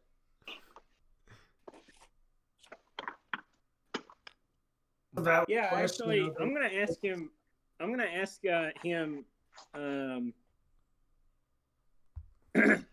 You know Gorlaf? I'm sorry. Gorlef, is that what you said? Gorlaf Stonefist. No, that name doesn't ring any bells for me. Okay. Good call though. I forgot about Gorlaf, and I'm holding that paper. You said Stonefist? Uh-huh. I've never met anyone with that name before, but Stonefist sounds like a dwarven name. Any dwarf we may talk to? Oh, there's been a lot of dwarves here today. I couldn't tell you if any of them know about it, but it sounds like a dwarven name. Can we check around for dwarves? Yeah, you guys can. Do I have to roll? Wait, wasn't Robert a dwarf? I thought Sorry. he was the one that gave us the Emerald Mountain quest. No. That was a dwarf. Robert's the guard at the Reginald. gate. He's the guard at the gate. What was the name of the dwarf? Reginald. Reginald. Okay. Oh, okay. I'm with you now. I was getting our names mixed up. Okay. Do we want to? All right. Go ahead. I was gonna say, do you guys want to head to the stables, pick up the horses, and go up to the next stage? Absolutely. I'm getting bored of this place. Time to move on. We need to go kill something. We need to. Yes, we should retrieve the horses and then Signal hook them up to the won't fight caravan. We need to No, go what to are you gonna that name your farm. horse? So there's only 4 horses. Wait, I'm thinking I'm going to use a cantrip on this guy real quick before we leave. On Robert? Not on... Is it Robert that we're still talking to? The guard. The guard? Yeah. Those and cantrips. Harry, you might have to help me out here. In this situation, do I roll a saving throw for Robert? It depends on the spell. Depends on the spell. Okay. What's happening right now? I'm going to just use message And then I'll point my finger towards a creature within range and whisper a message. Oh, and I'm just going to say, take to king. Because I don't know what his knowledge is. I wasn't here. Y'all rolled. So. Oh, God. I'm just going to see. Message, it's not a command, it's a message. Oh, I know. But if it's whispered and he hears it. It just happens. He just hears it. Oh, I'm with you. So he doesn't know where it came from. Yeah, he knows where it came from. Oh. I'm hoping it's an active. Wait, does he know it's for me? Yeah. He can respond. He can respond if he wants. No, he can. Yeah, he hears the message. He can reply in a whisper that only you can hear. Doesn't say anything that he knows it's from my source. That's a good point. So I'm just gonna, in broken English, say take the king. If you haven't talked to him but you know him, I would rule that like he could do that and he wouldn't know who it was from. So this message is going to be in Goblin, correct? Oh no, broken common. Take to king. Broken common. Okay. Boy, how do I handle this? Okay. I'm hoping it's an act of God thing, and he'll just take us to the king. it's not a trick or like a people. No, I'm playing a trick. People know magic, so like he'd know he was getting having a message sent to him. He just wouldn't know who it was from unless he knew the person. Yeah, and this, I don't know if you were here for this, Billy. This guy is a very talented man. He reached for his sword, and everyone was able to see an aura coming off of him. Yeah, he had the anime entrance sword thing. Yeah. Yeah. He pulled the sword out a little bit. Okay, all right. If you're maybe the king speaks in broken common. Signal will put his big great axe on his shoulder, and both hands on it. Okay. He hears the message and he just kind of scans over the group of you, and he says, "I've told you all that I mean to tell you." No, while he's saying that. Signal turns and walks away. Signal wants to fight, but he knows when he would lose, and he knows when to fold them. And dude, I will throw hysterical laughter at him if you want me to. Don't think I won't. I believe you will, but it's up to you. It's up to you guys. Whatever you do. I don't want to. Signal's walking away. He's walking back to the tavern. Let's go back. Let's go retrieve our horses. Okay. So when he gave you the instructions on how to find him in the mountains, he also left you the instructions on how to find the horses, which are tied up in a stable just north of the job fair. You guys go and see, and you speak to the clerk, and they instruct you to where the 4 horses were that he left for you guys. You guys can pull the caravan with 2 of them, and then the other 2 are up to you. Like if Jeff wants a horse, so if you would like to ride that one. But as far as where they're at now, it'll take you a few minutes to walk to the tavern, but it's not far. So you guys can lead them over to the tavern and hook them to the caravan if you'd like. Yeah, that works for me. Idea. Okay. All right. So you guys pass through the town. It's now the sun is starting to. Oh, sorry, what? Oh, okay. The sun's it's past noon. The sun's starting on its descent. Still early in the afternoon, though. Probably maybe 3 o'clock or so. You guys have still got daylight for a few more hours. And you've made it now to the back of the tavern, and you've connected the horses to Zed's caravan. Who's gonna drive? As you guys also got there, like the Signal was leading the way, and very obviously made his way to walk around Zed's dead body, which is decaying, and flies are landing on it, blood everywhere. Also 2 goblin bodies, and Signal tries to avoid it. WC though just goes walking straight through steps and just steps right into the chest of Zed as he goes by. Foot just sinks in. A single tear rolls down my face. Damn, too. Terrific. But yeah, you guys. I rub my temple longingly, remembering the banjo. Wait, can I pull out the banjo so he remembers what it looks like? No, don't show me the banjo.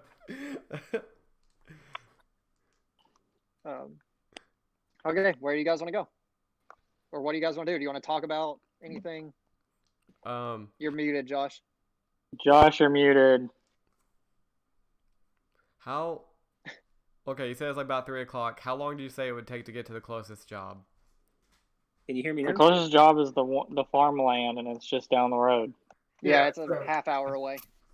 Well, half an hour, and it's right there in the town? Yeah, I guess that makes sense. Let's go. We're going to landscape tonight. Okay, so you guys all load up into the caravan. You're making your way up. She lives on the northwestern outskirt of the town, so you guys make your way through the town. You pass a few different things. There's a church along the way, you notice. Not much else in this town, though. It's really, this is the biggest event that's hit this town in a while. So you guys make your way through and head through the outskirts. You guys pass some nice houses, some nice farmland, and you arrive at the destination. On the note, there is a cottage. Looks to be a nice place, not run down or anything. Looks like the yard is well maintained. There is, it looks like well maintained. Everything has been taken care of there. It doesn't look like a rich person house. Just looks like someone's humble abode that they take pride in. Somebody should roll a perception check, I feel like. Or like investigate something. We got ambushed last time we didn't do this. That'd be a perception check. Who's got the highest Roll the perception? 19. I'm going to roll a perception check. The highest perception, I've got 2. I've got 2 investigation as well. Multiple people can roll perception. Oh, okay. 3. I mean, I'll roll it. I don't care. 3. 17. All right. 14. Okay, so, well, first off, No Name, you don't notice anything. You kind of look around and you think, man, where are we? And then WC, though, as you look around, you see probably some of the things that were mentioned in the job posting. Let me read that posting again real quick. I know that you notice branches, trees to be felled. This is that one. Yeah. So you notice that there's a tree that looks kind of dead up next to the house. You notice that there is a brush pile, a large brush pile that needs to be handled. Yeah, you see a large brush pile sitting, I don't know, and not far from the house. And then you see, looking to the north of the property, you look up and you see that it's a wooded area. No sign of traps, no sign of any kind of like ill intent. I'm gonna walk right up to the house and bang on the door. Okay. So as you bang on the door, you hear some light footsteps from the inside. You hear a light footstep followed by a much stronger footstep. So you hear a light one and then a strong one, and a light one and a strong one, and they come and open the door. You're such an assertive, proactive little person, aren't you, darling? Oh shoot, this is not what I need. Okay, here we go. So the door opens and you all see a middle-aged human woman who actually has a prosthetic, or I guess it wouldn't be a prosthetic, it would be like a wooden leg. So she is missing one leg and still has one leg, and she opens the door. She looks very friendly. She's got hair down to her shoulders, red hair, and she welcomes everyone. She says, "Hello there. My name is Veronica Blackburn. I'm assuming you guys found my job posting." Well, aren't you a cute little guy? I give her like just disgruntled, like, and I shake my head, a disgruntled look. So tell me more about this job that you need done. Well, if you guys are here to perform the job, there are 3 main things that I need to have done. First is this tree that's leaning up next, or is sitting next to the house. I think it's dead, and I'm worried about it falling on the house. I just need it pushed down, or however you guys want to handle that. I raise my great axe. Ah, yes, that'll work perfect. There is a brush pile in the back that needs to be burned. And then once you guys have finished those two things, I'll take you to the northern end of the property and show you what I need there. Yeah, I just say we split up into groups. I think you should just tell us more about the Can I try to northern side persuade of her the to tell us property. more about about the north end? No, that's the last job she told us, and this is the job we're doing. I know, but what if there's it like seems wolves back sketchy. there? The lady's If we do got the a first two bedroll. items, can we get the first two and tree, pay? Alex, and I just slam my axe right into the side of it.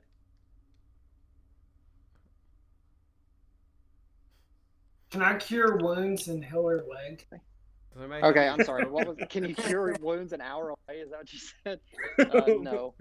Oh, and heal her leg. Oh, and heal her leg. No, I don't. That was a You joke. look at that, and then you look at your flute, and you just kind of drop your head. Can we just do the first two things for 2/3 of the payment? No, I'm sorry. I really need all three things done, but I promise it'll be worth your time. I walk right over to the tree and slam my axe right into the side of it. Oh no. Oh, okay. Go Strength ahead check. and roll a strength check, and I mean like a intelligence check. It's gonna fall into her house. What do you want me to roll first? Go ahead and roll the strength check.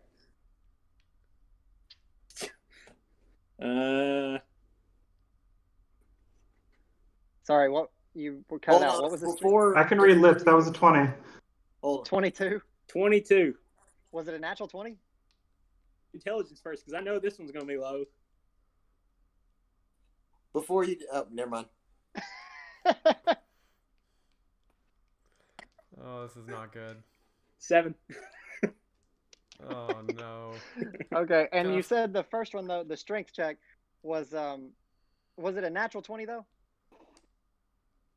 No, he did intelligence first. No, he did strength first. I said strength first. I can't. But was it a natural 20? I want to know if it was a natural 20.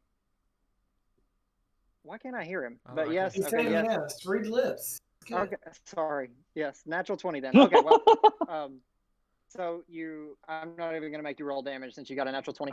You rear back. I can't read that.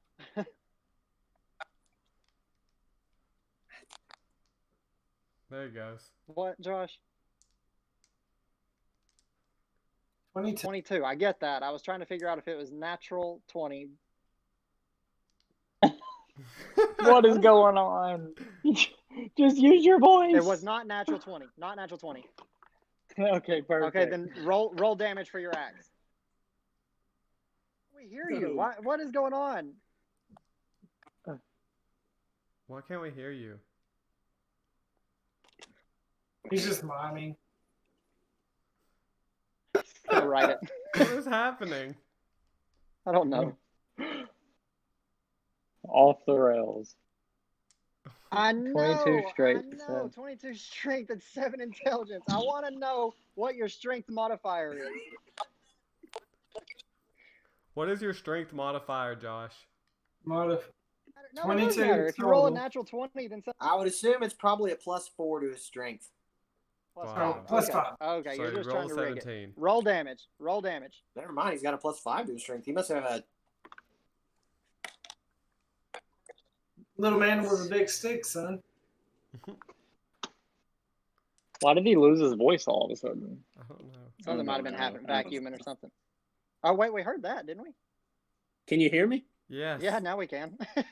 Jeez Louise. Oh my God. I rolled a 17 plus 5. I know, and I wanted to know if it was a natural 20 though, because if it was a natural 20, I was going to save you from doing something bad. No, I did not roll a natural 20. Okay, well, roll for My damage. intelligence, I rolled an 8, and then I had a -1. Okay. Oh, that's max damage. Okay. 15 for damage. Whew, okay. Does anybody All have right, any so rope? you guys all see Signiel just charge straight for the tree, holding the axe behind him. As he gets there, he plants his foot, puts all his weight into it, and swings. And when he hits the tree, you guys realize that he's hit it on the side where the house is. Yenfri, shoot a fireball. With the amount of force that he puts behind it, it's enough to shake the tree, and the tree starts leaning toward the house, but the tree hasn't completely broken yet. I'm gonna say Veronica comes out. What are you doing? Haven't you ever knocked a tree down before? Hang on. Before you make your next swing. Stop tree. Before you make your next swing, I'm gonna put my hand on your back and be like, "Excuse me, darling. You might want to take a step back and just think about what you're doing." And I'm gonna cast guidance on you.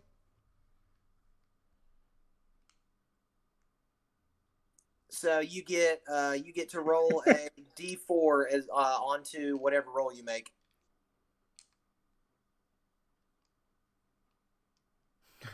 Roll I'm making right now.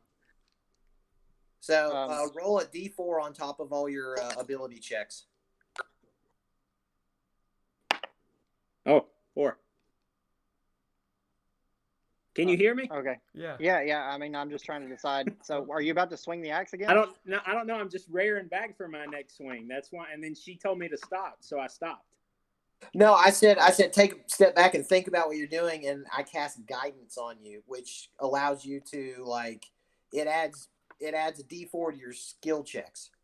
Okay, so that's what I'm wondering. What do you want me to do? Veronica comes out and says, "Haven't you ever knocked a tree down before? Swing from the other side." Other side? Why? Because if you knock it from this side, it's going to fall into the house. I look from the tree to the house, the tree to the house, tree to the house. Oh. And instead of moving around the tree, I just move the axe to my left side, and then I swing again. Okay, roll a strength check. Oh, no. Can we not stop this? Can I grab his axe? No, he's trying. Wait, I get a +4, right? Yeah. You get a D4, 19 not hit. +4. I cast Cure Wounds on the tree. What? You get to add a D4 to all your skill checks. Okay, I rolled, so that would be not to hit. Okay, I see what you're saying. 15 to hit. Okay. Yeah. So you connect with the tree. The tree kind of wavers back and forth, leans toward the house, and then leans away and falls down into the yard. I turn around with a smile and a thumbs up. She looks very frazzled. She's like, "Thank you." I'm patting my head with my handkerchief. 3 down. First job done. Okay, maybe this next one will be a little bit easier. Just burn the brush, please. Yenfri, hit it with a firebolt. Hopefully you're better this time. Can I do that? Oh, you can do can whatever shoot you fireball, want. yeah.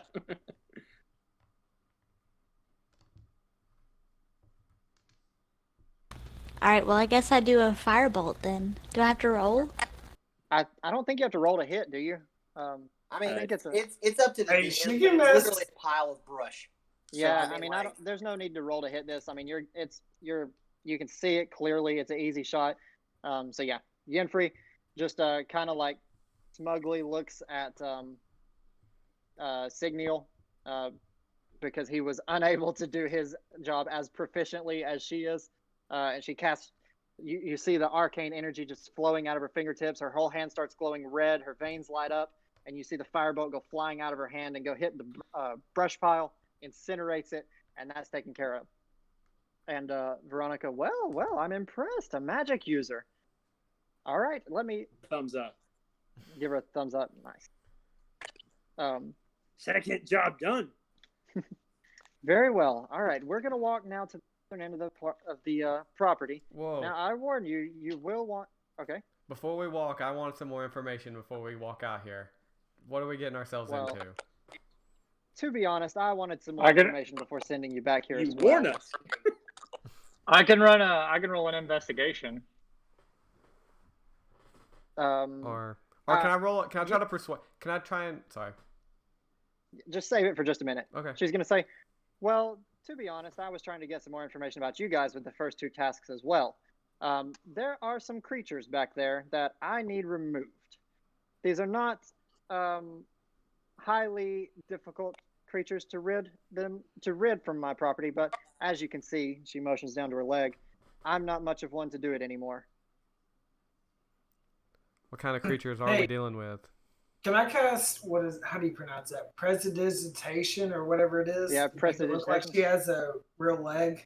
Like she goes to show her leg and it looks like she has a real leg. Okay, so she motions and like says, trick "Ooh, her? that's a nice trick." Yeah, just so how do you cast that? Do you cast it by playing your flute? Let's see here. Give me 1 second, at will. Duration is 1 hour. Range is 10 feet. So yeah, it's just at will. Prestidigitation is a cantrip. Yep. So that means he can do it whenever he wants. Did Alex freeze? Yeah. Alex is definitely frozen. Definitely frozen. What a face. That'll be Everybody save the contact photo. Screenshot it. Don't worry, I've got it on video.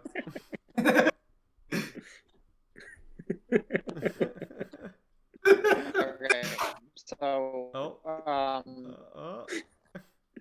welcome back.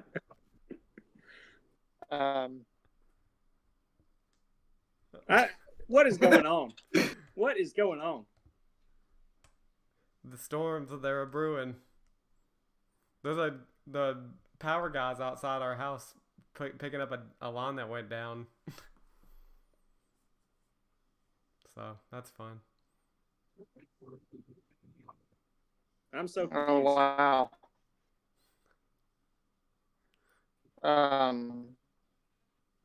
Okay. So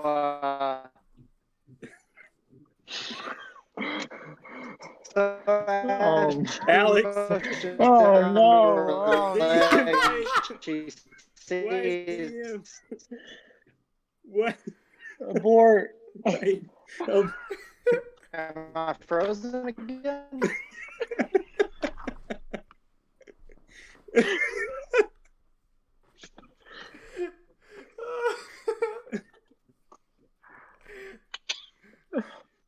We might have to just end this session. I mean, it's crazy. We might have to put it on pause. Yeah. How long have we been going, Dalton? This recording. A little bit under 2 hours. Yeah, we're at 147 on the recording. Alex. Am I back? Yeah. Yeah. You were talking you're back. extremely slow-mo. You're in like slow-mo and a robot. Oh, nice. Yes. Am I frozen? I can't wait for you to see that. Right. You're going to have to, what happened the past, 3 minutes? Because my connection was bad, too. So, No Name is casting a cantrip, prestidigitation on her fake leg to make it look like a real leg as she motions down to it. I was trying to figure out, does he have to do,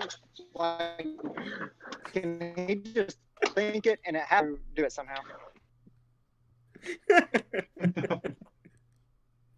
Are you in a closet? No, I don't know what's going on. If he casts prestidigitation, it just happens.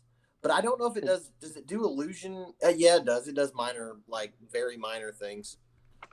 Yeah. I think it just can do anything like party tricks.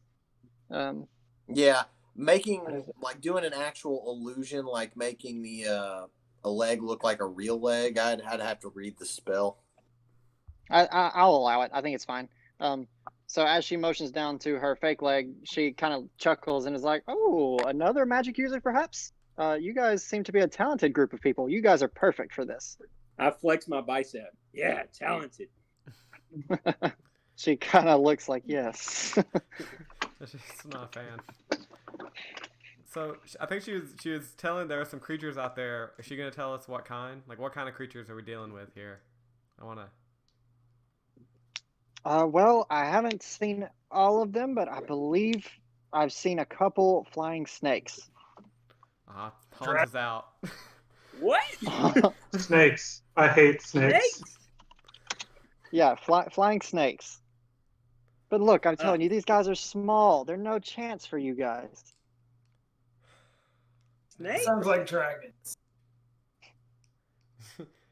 That's right. That's what a flying snake is. Dragons. Well, you guys can look. She's gesturing you toward a wooded area. It's not so thickly covered that you guys are just going in 100% blind. As far as you can see, there's no dragons. Should we all roll perception? See if we can get a better look back there. I think so. Yeah.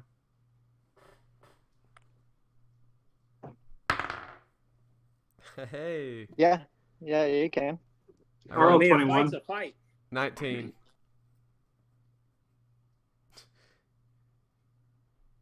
Yo, but 21. Mikey with the save. 19, nice. Okay. What's 9 plus 10? Yenfri got a 1. What are we doing? What are we rolling for? Perception check for the wooded area. Okay, so okay. you guys out. 19. I definitely didn't. So most of you guys turn and look toward the wooded area, looking for any kind of sign of monsters. You guys all notice that she's looking south, and she's like, I just don't see anything. But because you rolled a 1, right, Yenfri? Anyway, whatever, doesn't matter. So you guys look toward the woods. Guys can see it's not very deep, and there is a total of. Yes, I rolled a 1. Oh, she said yes. Oh, okay. She I was hear you now. nodding Yeah, for so like 5 minutes. okay. I'm a little behind. Sorry. Okay. You guys all look toward the north, and Yenfri facing the south, and like Signal kind of reaches over and like pulls on her side and grunts and points, and she's like, "Oh shoot!" Then she looks north. So you guys can stereotypical. I don't like it. You guys can see that there are a total of 5 flying snakes kind of zipping around in between the tree lines, and you guys can see 2 kind of like puddles on the ground that seem to be moving. Oh. Well, fight's a fight. Can we? Do we have surprises? I mean, are you gonna do something to make a surprise attack? I mean, do they Walk see in us? there, no, at this point they don't recognize you. They're all minding their business. Can we ask her about the moving puddles? Sure, go ahead and ask her. What's up with the moving puddles? Oh, are those back? Well, at one point I know we had some slimes. Jeez, what do you have on your property, woman? So we have 5 flying snakes and 2 No, slimes. 2 legs. Look, I got a deal on the land. I just happen to have some very dangerous creatures living back there. All right. Signal just starts walking towards the snakes. Wait, what's the range? How far away are these snakes? So right now you guys are about 50 feet away from the maybe the closest one. Okay, so because we got some ranged users here, so before we go walking in, maybe we can pick a few off from the distance. I can stealth and flank around them. That's true too. Last time we got ambushed. Let's learn from these mistakes. I can use my crossbow. Yeah. Okay. Yeah, that's right. We got a crossbow. Okay, so I hold up a javelin. WC, go ahead and roll stealth check. What's my stealth? I rolled a 19 plus 7, so 26. You guys all kind of wonder to yourselves, where did WC go? And what anybody else gonna try to sneak in, or is everybody else gonna stay together? I'll try to sneak in too. Okay, Jeff, you're gonna sneak in as well. Go ahead and roll your check. Yeah, because I get the sneak attack damage too. All right. I'm just gonna put my hand on Yenfri. 22. Like, you mind if I tag along, sweetheart? Come on. Hey, it's my cage Walking open. straight to the snakes. Okay. All right. Signal, I'll get to you in just a second. I just want to find out who stealths. All right. So, Jeff and WC, you guys have effectively vanished. and are, I guess, making your way. What do you want to stay together? Go on either side? What do you want to do? I think we should split apart. Go to attack from either side, like a pincer movement. Definitely. So the area where this is going to occur, the snakes make a radius, or the slimes are in the center of a circle that's maybe 50 feet in diameter, and the within that 50-foot diameter around the slimes, that's where the various flying snakes are assorted. You see 2 are further back in the distance than the slimes. There's 1 directly in the front, and then 1 offset to the left and to the right. That's gonna be. Did you guys lose me? No, I heard you. Oh, okay. Yeah. A visual learner. It's hard to. I'm working on it. Just got a lot of dog tongue. So this is the terrain you guys are looking at. The circles in the middle are the slimes. The X's are the. Where are we? You guys are still down here. Okay. Okay. I'm walking right up that first X. Okay. Let me put you down here. How big is that circle radius? Roll initiative. You said 60 feet. 50 feet. 50 feet. Okay. I'm gonna cast hysterical laughter just to see what a snake laughs like. DM, I want to hear it too. It sounds terrifying. Snake jazz.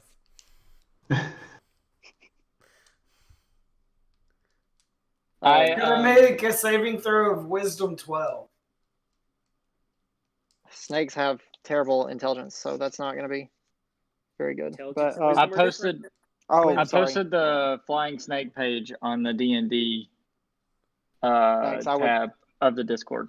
Yeah, unfortunately, I didn't write everything down because I was like, I'll be on my computer, so I don't have access to it. But I have the HPs that I'd predetermined, so I'll go ahead and give them the armor classes that I had as well. Well, I know what the armor class is. I do too. I'm not going exactly by the stuff on there.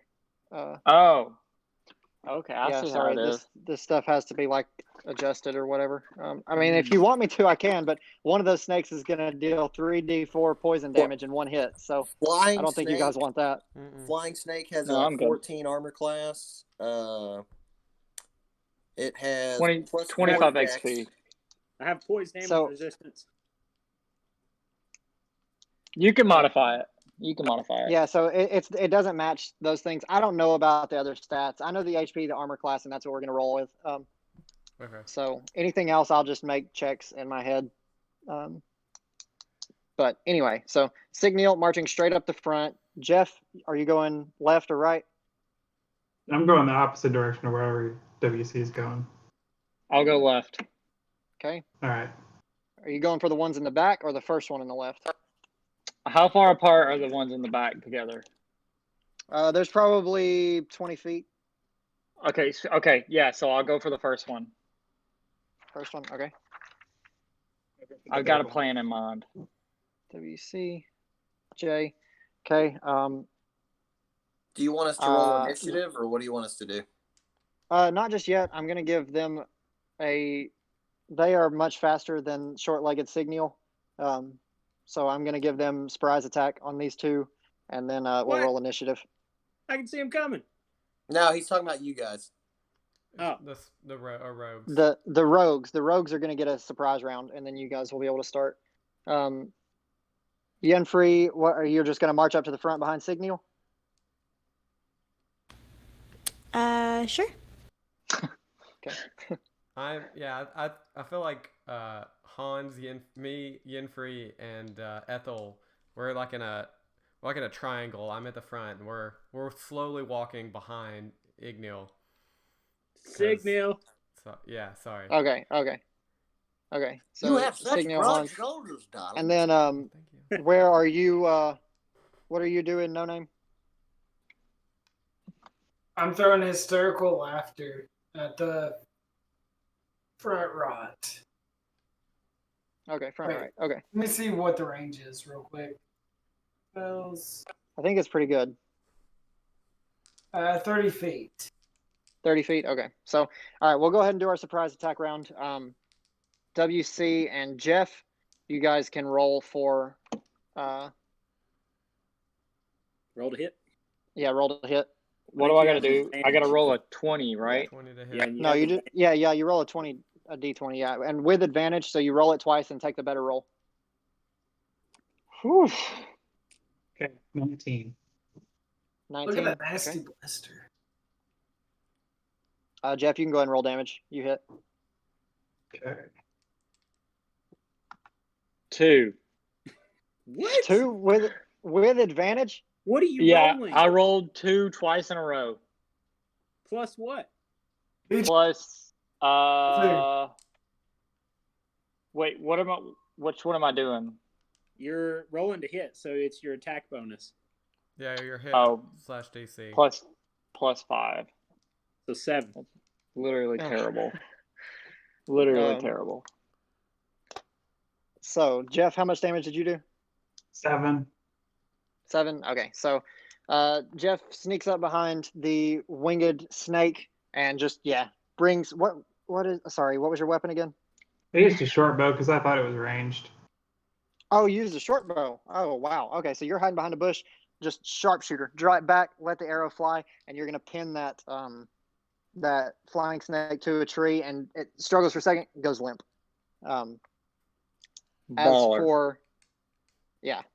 As for WC, you approach the snake with your daggers. You go to swing, but the snake is very agile, and you miss, unfortunately. I still don't know if I did that right, but I'm good with it. Did you roll a d20? No, it was definitely yes. I rolled a 20. 2 times. I rolled it twice. I got 2 twice. And then you after you do that, you just add your attack bonus. It's a 7, right? It makes it a 7. So sorry, you just rolled that. So the dagger is a plus 5 on hit. So I don't know, but I think I did that right. Yeah. But I do get a bonus roll. We both get a bonus roll. You do get a bonus action, yes. For sneak attack. I don't because mine was so short. But since he hit, he gets an extra 1d6 to wherever he. Yeah, I did that. Oh no, you get to roll again. You get to roll again for your other attack. I don't think so. Good thinking. You have a bonus action. Oh, I've got 2 daggers too. You should. Yeah, you. Yeah. It's a separate attack roll, so you get to roll it again. Oh, okay. For your other dagger. I'm gonna say you probably lost. Maybe you've lost your stealth. Harry, do you think you should have advantage for the second attack after missing the first? No, you only have advantage on the first attack. I rolled an 18. He's gone. Bad again. It's very bad. Okay. So. Oh, hey, wait. There you go. He's back. I'm going. You're back. Oh man. He's so far behind. He's behind. like 20 minutes behind us. Yeah. Okay.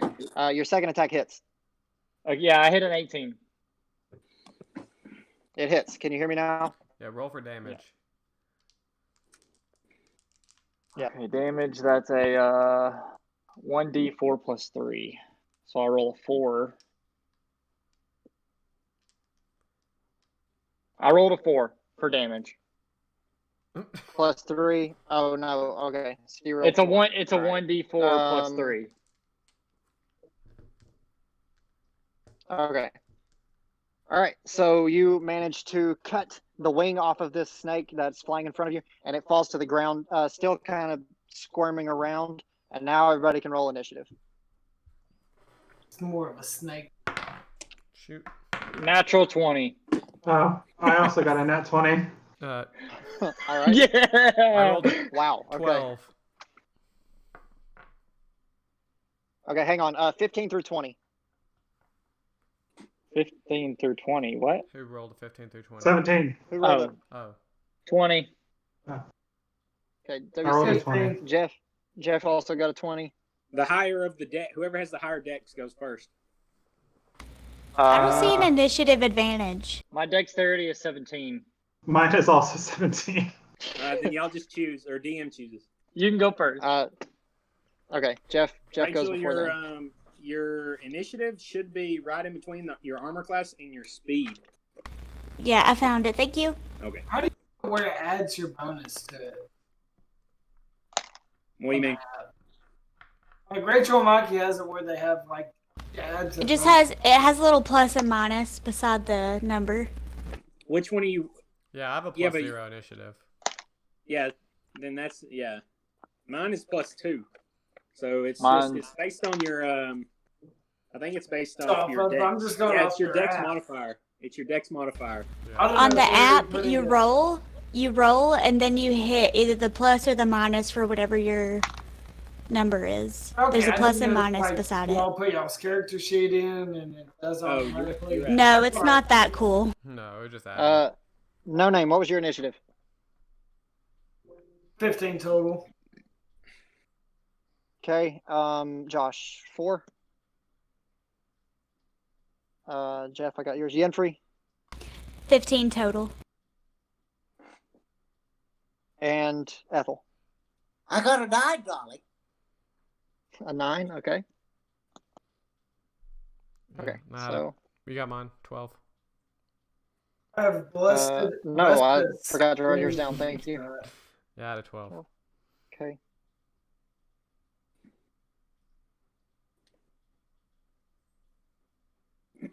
Sorry, this takes me a minute with so many things. So I've got to organize who all gets to go in.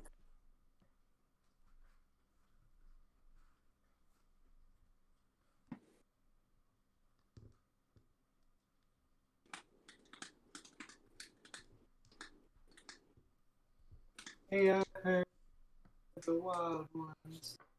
Ooh. Jeff, we got to remember to use our sneak attack bonus.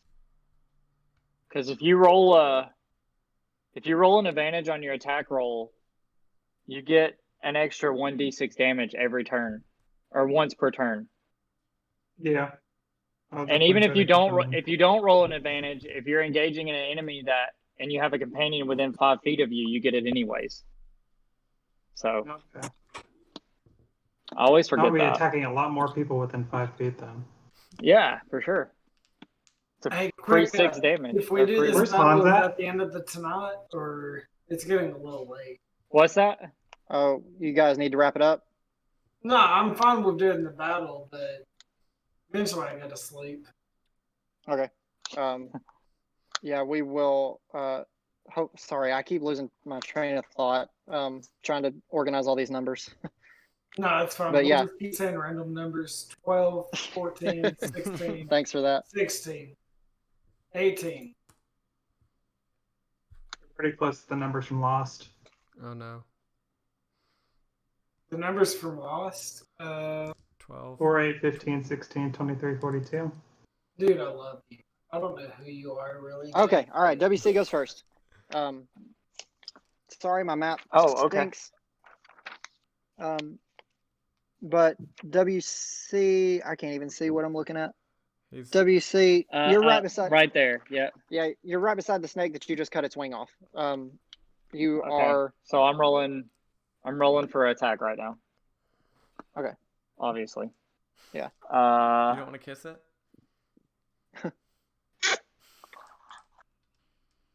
Is it intimidated by the kiss? Maybe. The snake is uncomfortable. Did I miss my turn? So, I still don't know. I thought Jeff was gonna go first. Oh wait, did you give him? Sorry, yeah, I wrote it down backwards. I said sorry, he Jeff, could go ahead. first. Yeah, okay. That's fine. Sorry, Jeff. Would you have an archer, right? Yeah, I could pull out my sword though. It's up to you. You're within running distance from one of the slime or 2 of the snakes, or you're within range distance of 3 snakes and 2 slimes. Okay. I want to pull out my sword. I rolled a 16. Okay, that hits whatever you want. I'm gonna go for the slime, and I'd like it to be framed like one of those anime shots where I say something in Japanese, and then I pull out the rapier and it goes back in, and there's a slice down the middle. Oh, okay. So everybody blinks their eye and they notice that Jeff is now standing on the back side of the closest slime to him. The trees all go whoosh as like a rush of air goes through. You just see Jeff sheathing his sword, and you see the slime has been cut in half.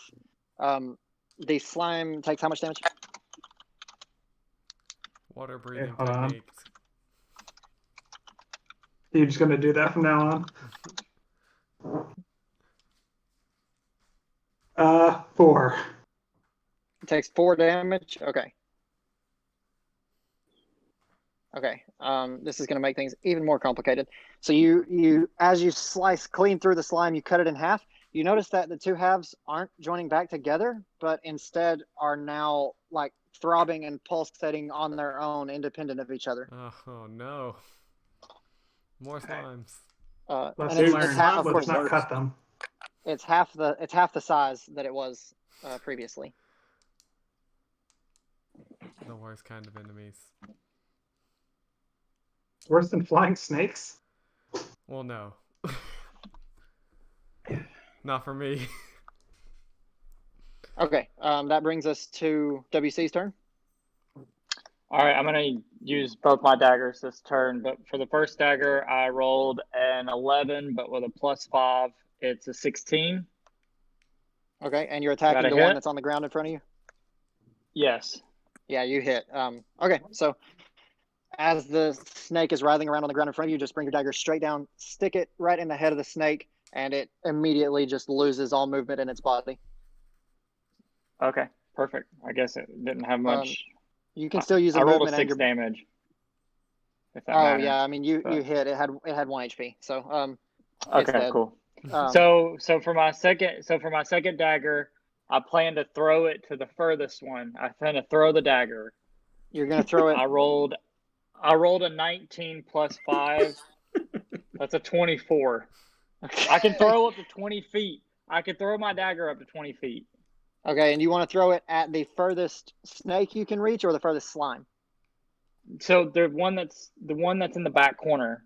There was one, and then there was on the left-hand side. There was another one that was further up. The one in the back corner is probably 30, 35 feet away from you.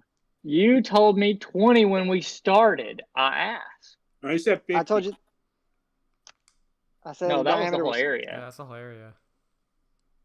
Okay, that's fine. I throw it in the tar pit, the slime. Okay, the slime. I better get it target back, one of the ones that's been cut. I mean, I'll let you throw it at the back. When you rolled high, you can hit it, sure. But gracious, I mean, Dan, thank you. on the paper, like I mean, if I said that, I'm sorry. But do you want to hit the slime? Maybe we're or the looking bat? at. I mean, the snake. Maybe we're looking at the different snake. Let me see the paper really quick. But do you want to hit us? Do you want to see it? Yes. It's not pretty because I don't have tokens, so I just have to scratch things out. So you are here. That snake is all the way back there. No, he wants to hit That's one. That's not. He wants to hit snake 1. That's not the same. Oh, you want to hit this one? Yes, you can hit that one. Yeah. That's the one I wanted to hit. Yes. Oh, yeah, you can hit that one. Sorry, I misunderstood. Okay. I rolled a 24. I'm rolling the 4 die now. 3 plus 3 is 6. 6 damage. Nice. So you stabbed your dagger into the one on the ground. You turn, you fling that dagger, and it soars through the air. Also pins that snake right up against the tree. That's what I'm talking about. Struggles for a minute and then just hangs there. So that snake is also down. That's what's up. I'm glad we finally got there.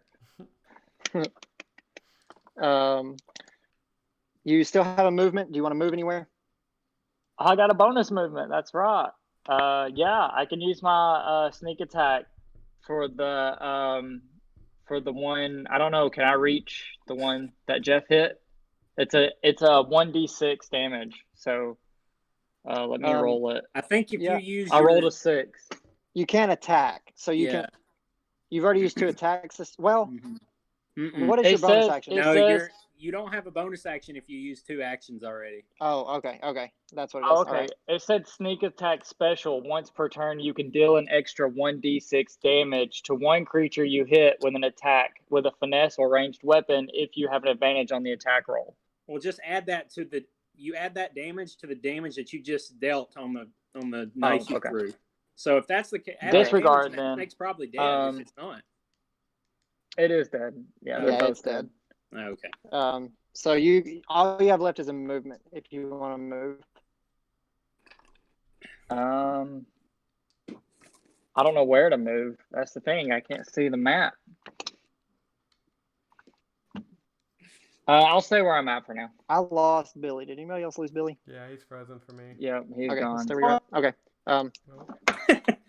WC, I mean, just for reference, within your range, the slimes are all in your range, and one of the snakes that's closest to the party is in your range, but I'm sure they can probably make easy work of that snake. So now we move on to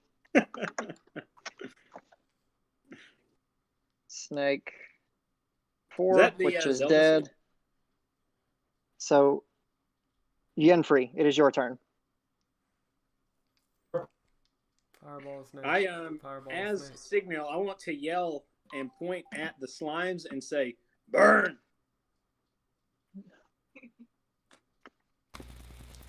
Okay, so we think that burning the 2 that split apart might finish them off. I could try it. Just don't hit me.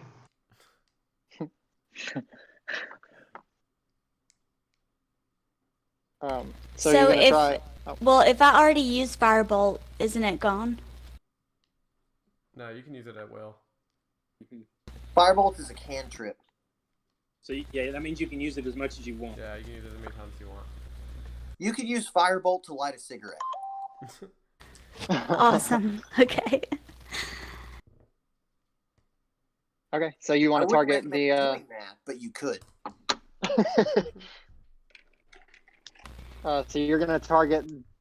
Let's see, Harry. Explain to me how this works. Is it an area of effect? Firebolt is a single target. Single target. Okay, so you'll have to pick a slime. There's one whole slime that's bigger than the other 2. There's one that's closer to Jeff, and then one that's in between you and that slime. But they're very close together. I would like to target the one that's closest to Jeff so I can singe him a little. His name's Jeff? What? These are new pants. Are we sure she's on the good side of the spectrum, or is she on the evil side? Well, I would say that I'm not on the good side of the spectrum either. So. Okay. Well, maybe on the good side, but I still want you to fear me. Let's see. Does Firebolt roll to hit, or do I do a DC? Firebolt is a roll to attack. Roll a d20.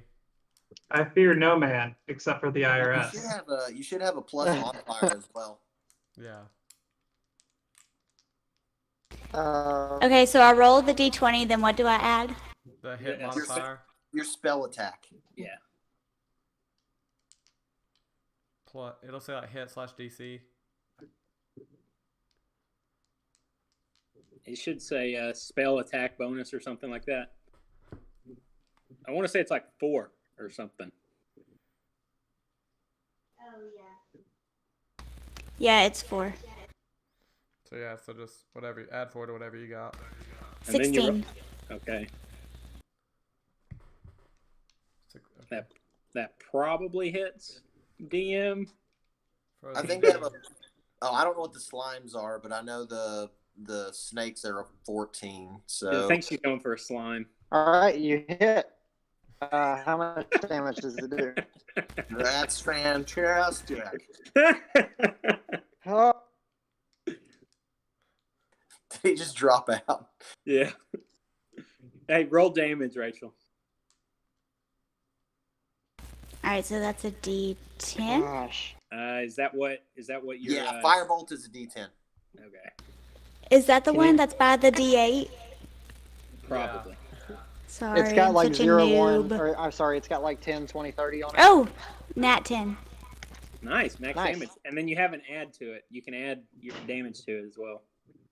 Yeah, what's your spellcasting modifier you at? Wait a minute. Actually, I don't think you do that unless you have the feat for it. I think it's just a D10. Should be just a D10. Okay. So, Yenfri, same energy. Can you guys hear me first off? Yes. Let me make sure. Okay.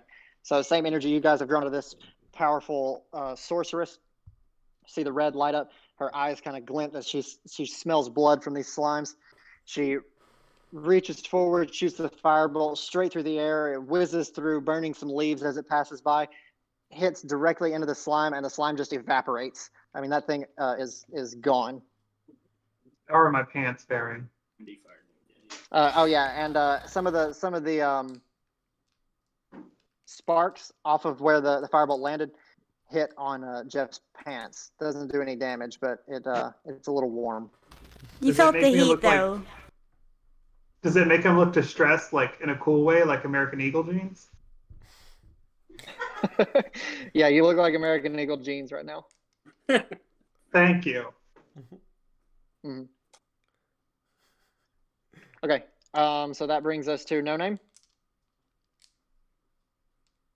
Sorry, I was picking my nose. That's fine. Remaining targets, there is 2 flying snakes, 1 slime that has not been attacked, and 1 slime that is in half, What is essentially. the closest target to me? Closest one to you is a flying snake that no one has hit yet. How many feet away? 15. Okay, I'm going to run up to it and bite it. Run up to it and bite it, all right? Oh, no.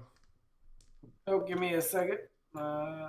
Everything just disconnected on me for a second there. What I get for using Internet Explorer? Unarmed struck. Okay. Range us 2. What I miss? Yenfri blew up a slime. Nice. And also singed Jeff's pants. Yeah, Jeff has American Eagle pants.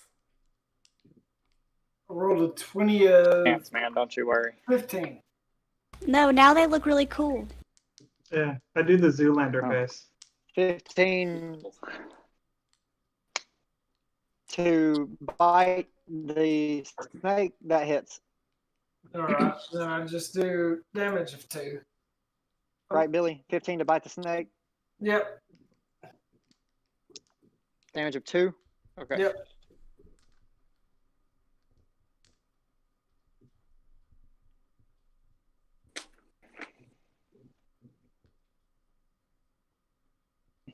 Okay. So that brings us to the snake that No Name just bit.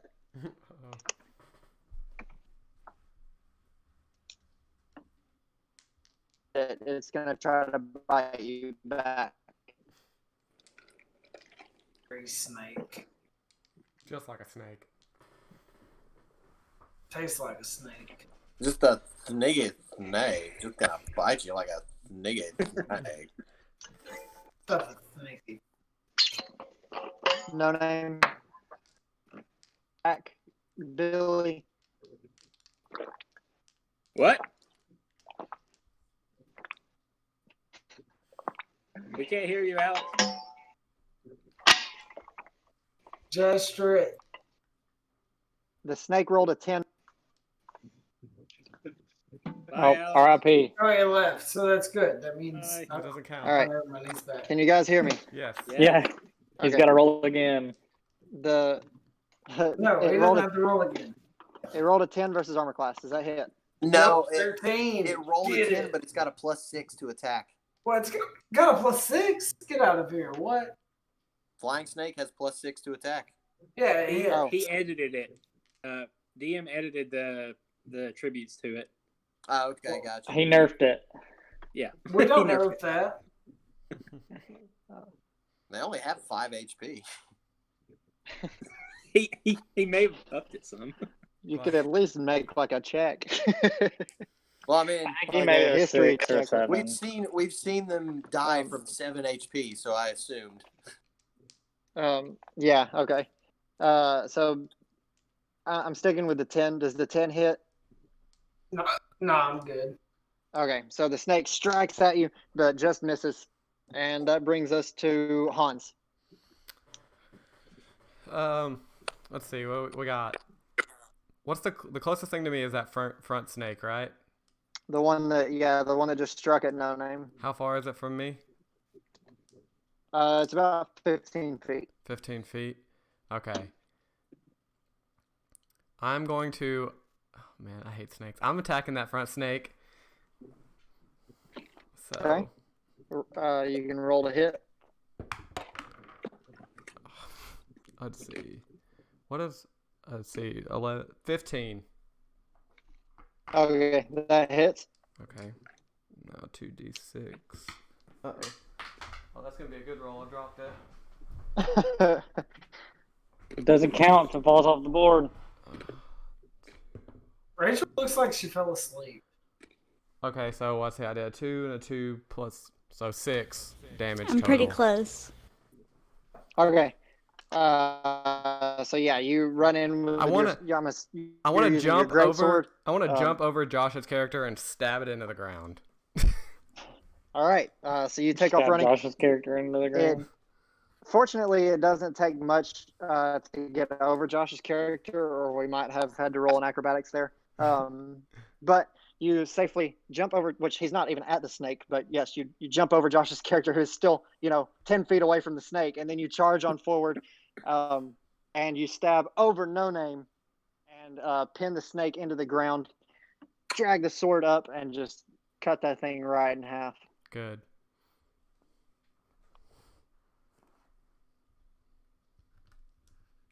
And we are now to the slime's turn. So the slime is going to take a swipe at. Or Is that Bob Ross?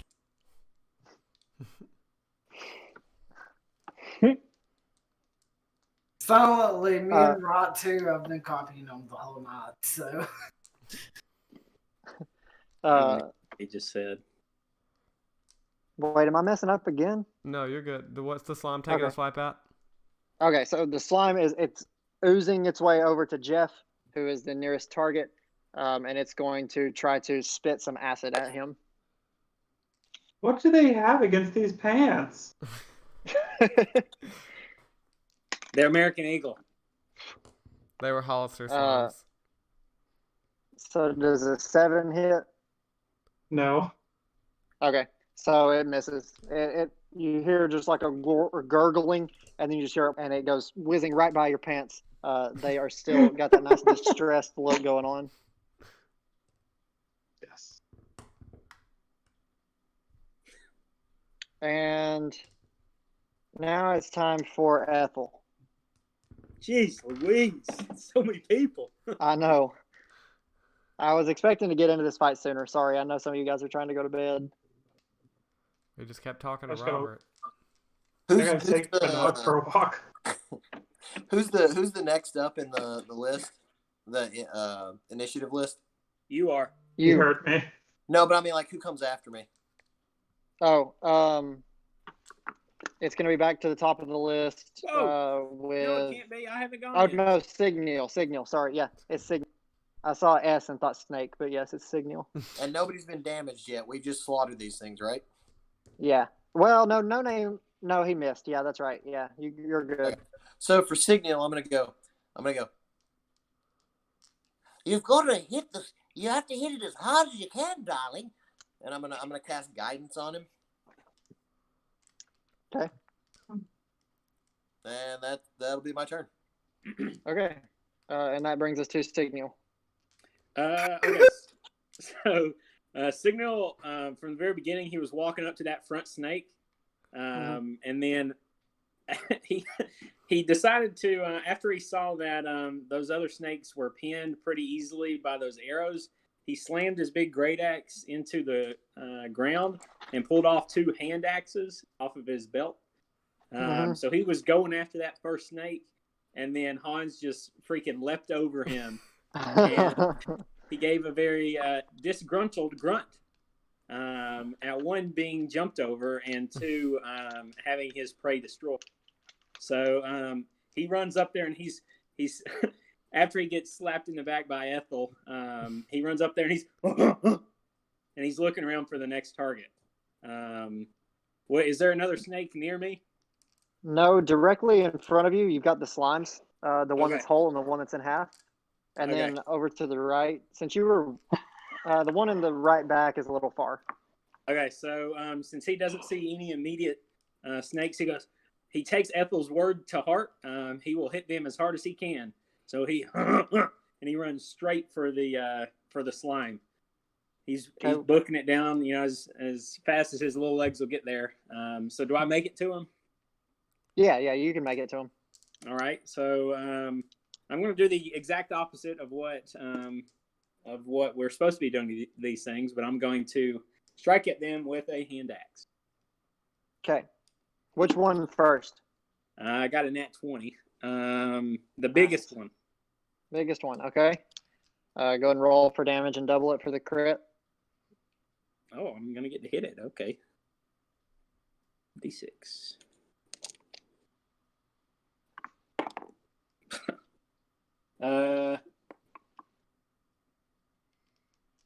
I double the whole thing, right? Not just my roll. You double the roll and then add your modifier. 7. 7, okay. And he's just, he's ready for the next one. Now remember, Signal, for the next minute or for the next 10 rounds, you have you can add a D4 to your attack rolls and. Oh, they include attack rolls? Attack rolls, not damage. Attack rolls. Yeah. Okay. Did I hit that one, Alex? Yeah, you natural 20. So. Oh yeah, that's right. You did double the damage, right? And then added your modifier. Yeah. Okay. So you do 7 damage. Do you get to do 2 attacks with those hand axes, or are you doing one no, just or one. what? Just the 1 attack. Okay.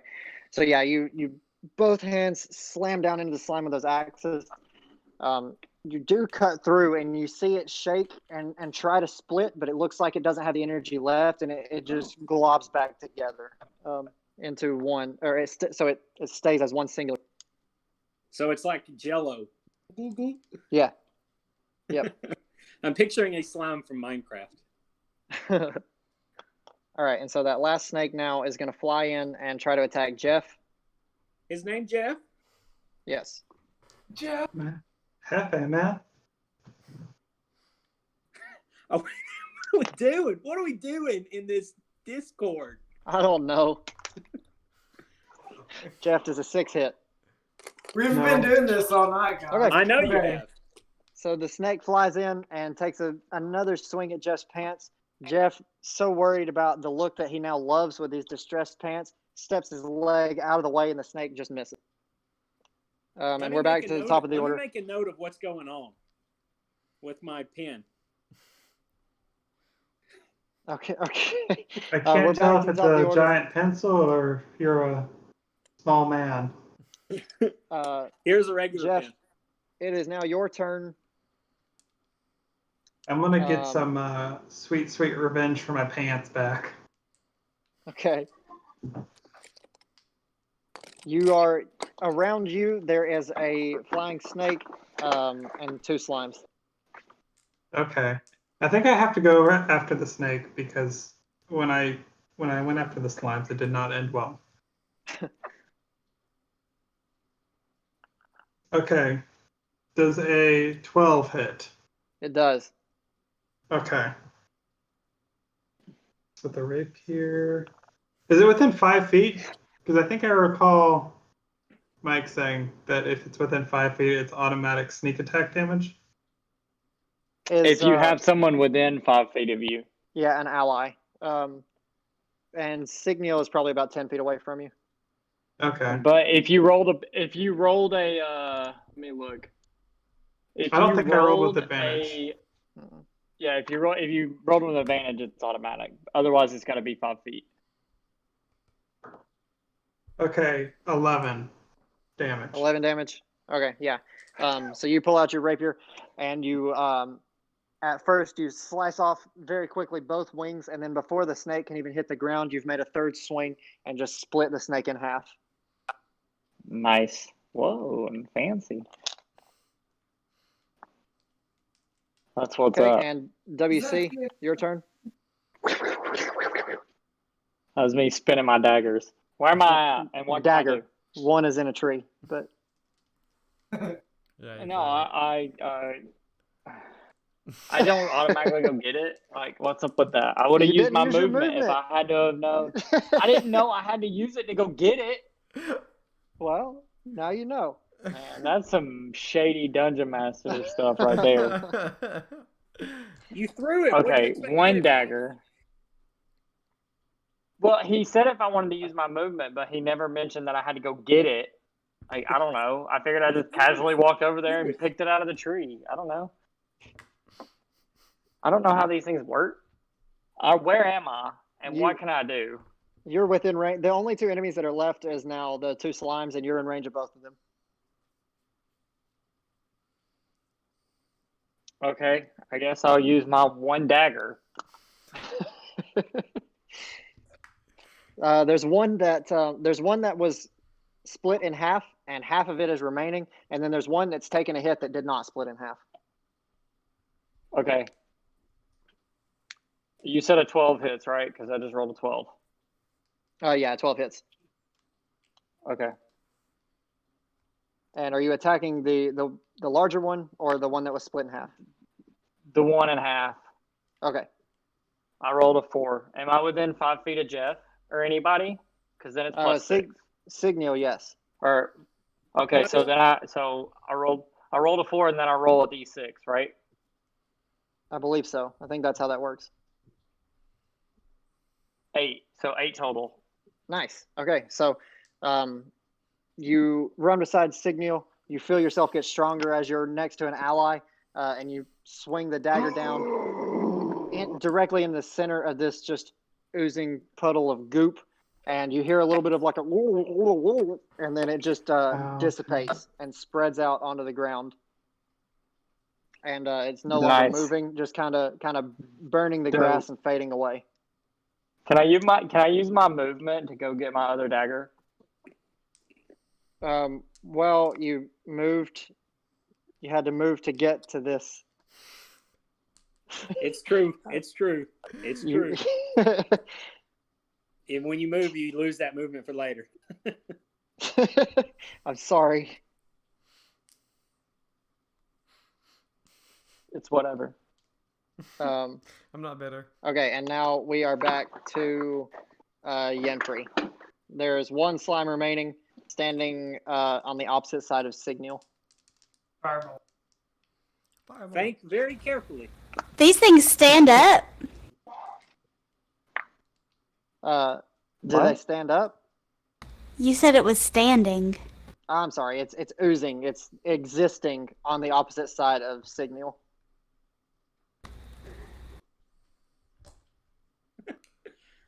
Take it out. So, like, you're standing at the south end. Directly to your north is Signal, and then directly in front of him is this last slime. Okay. I feel like another firebolt is justified in this situation. You want to take it from there? Do you want to move? Yeah, where did you say I was? I'm behind him? Yeah, you're behind him. Yeah, so I'll move, like, so that I don't cinch him like I did Jeff, because he was a big baby about it. So you'll move several feet about it. over to the left, and then you're going to fire another firebolt. So go ahead and roll to hit.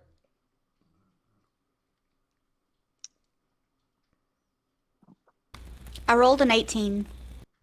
Okay, that hits. And then it's a 1d10, I believe.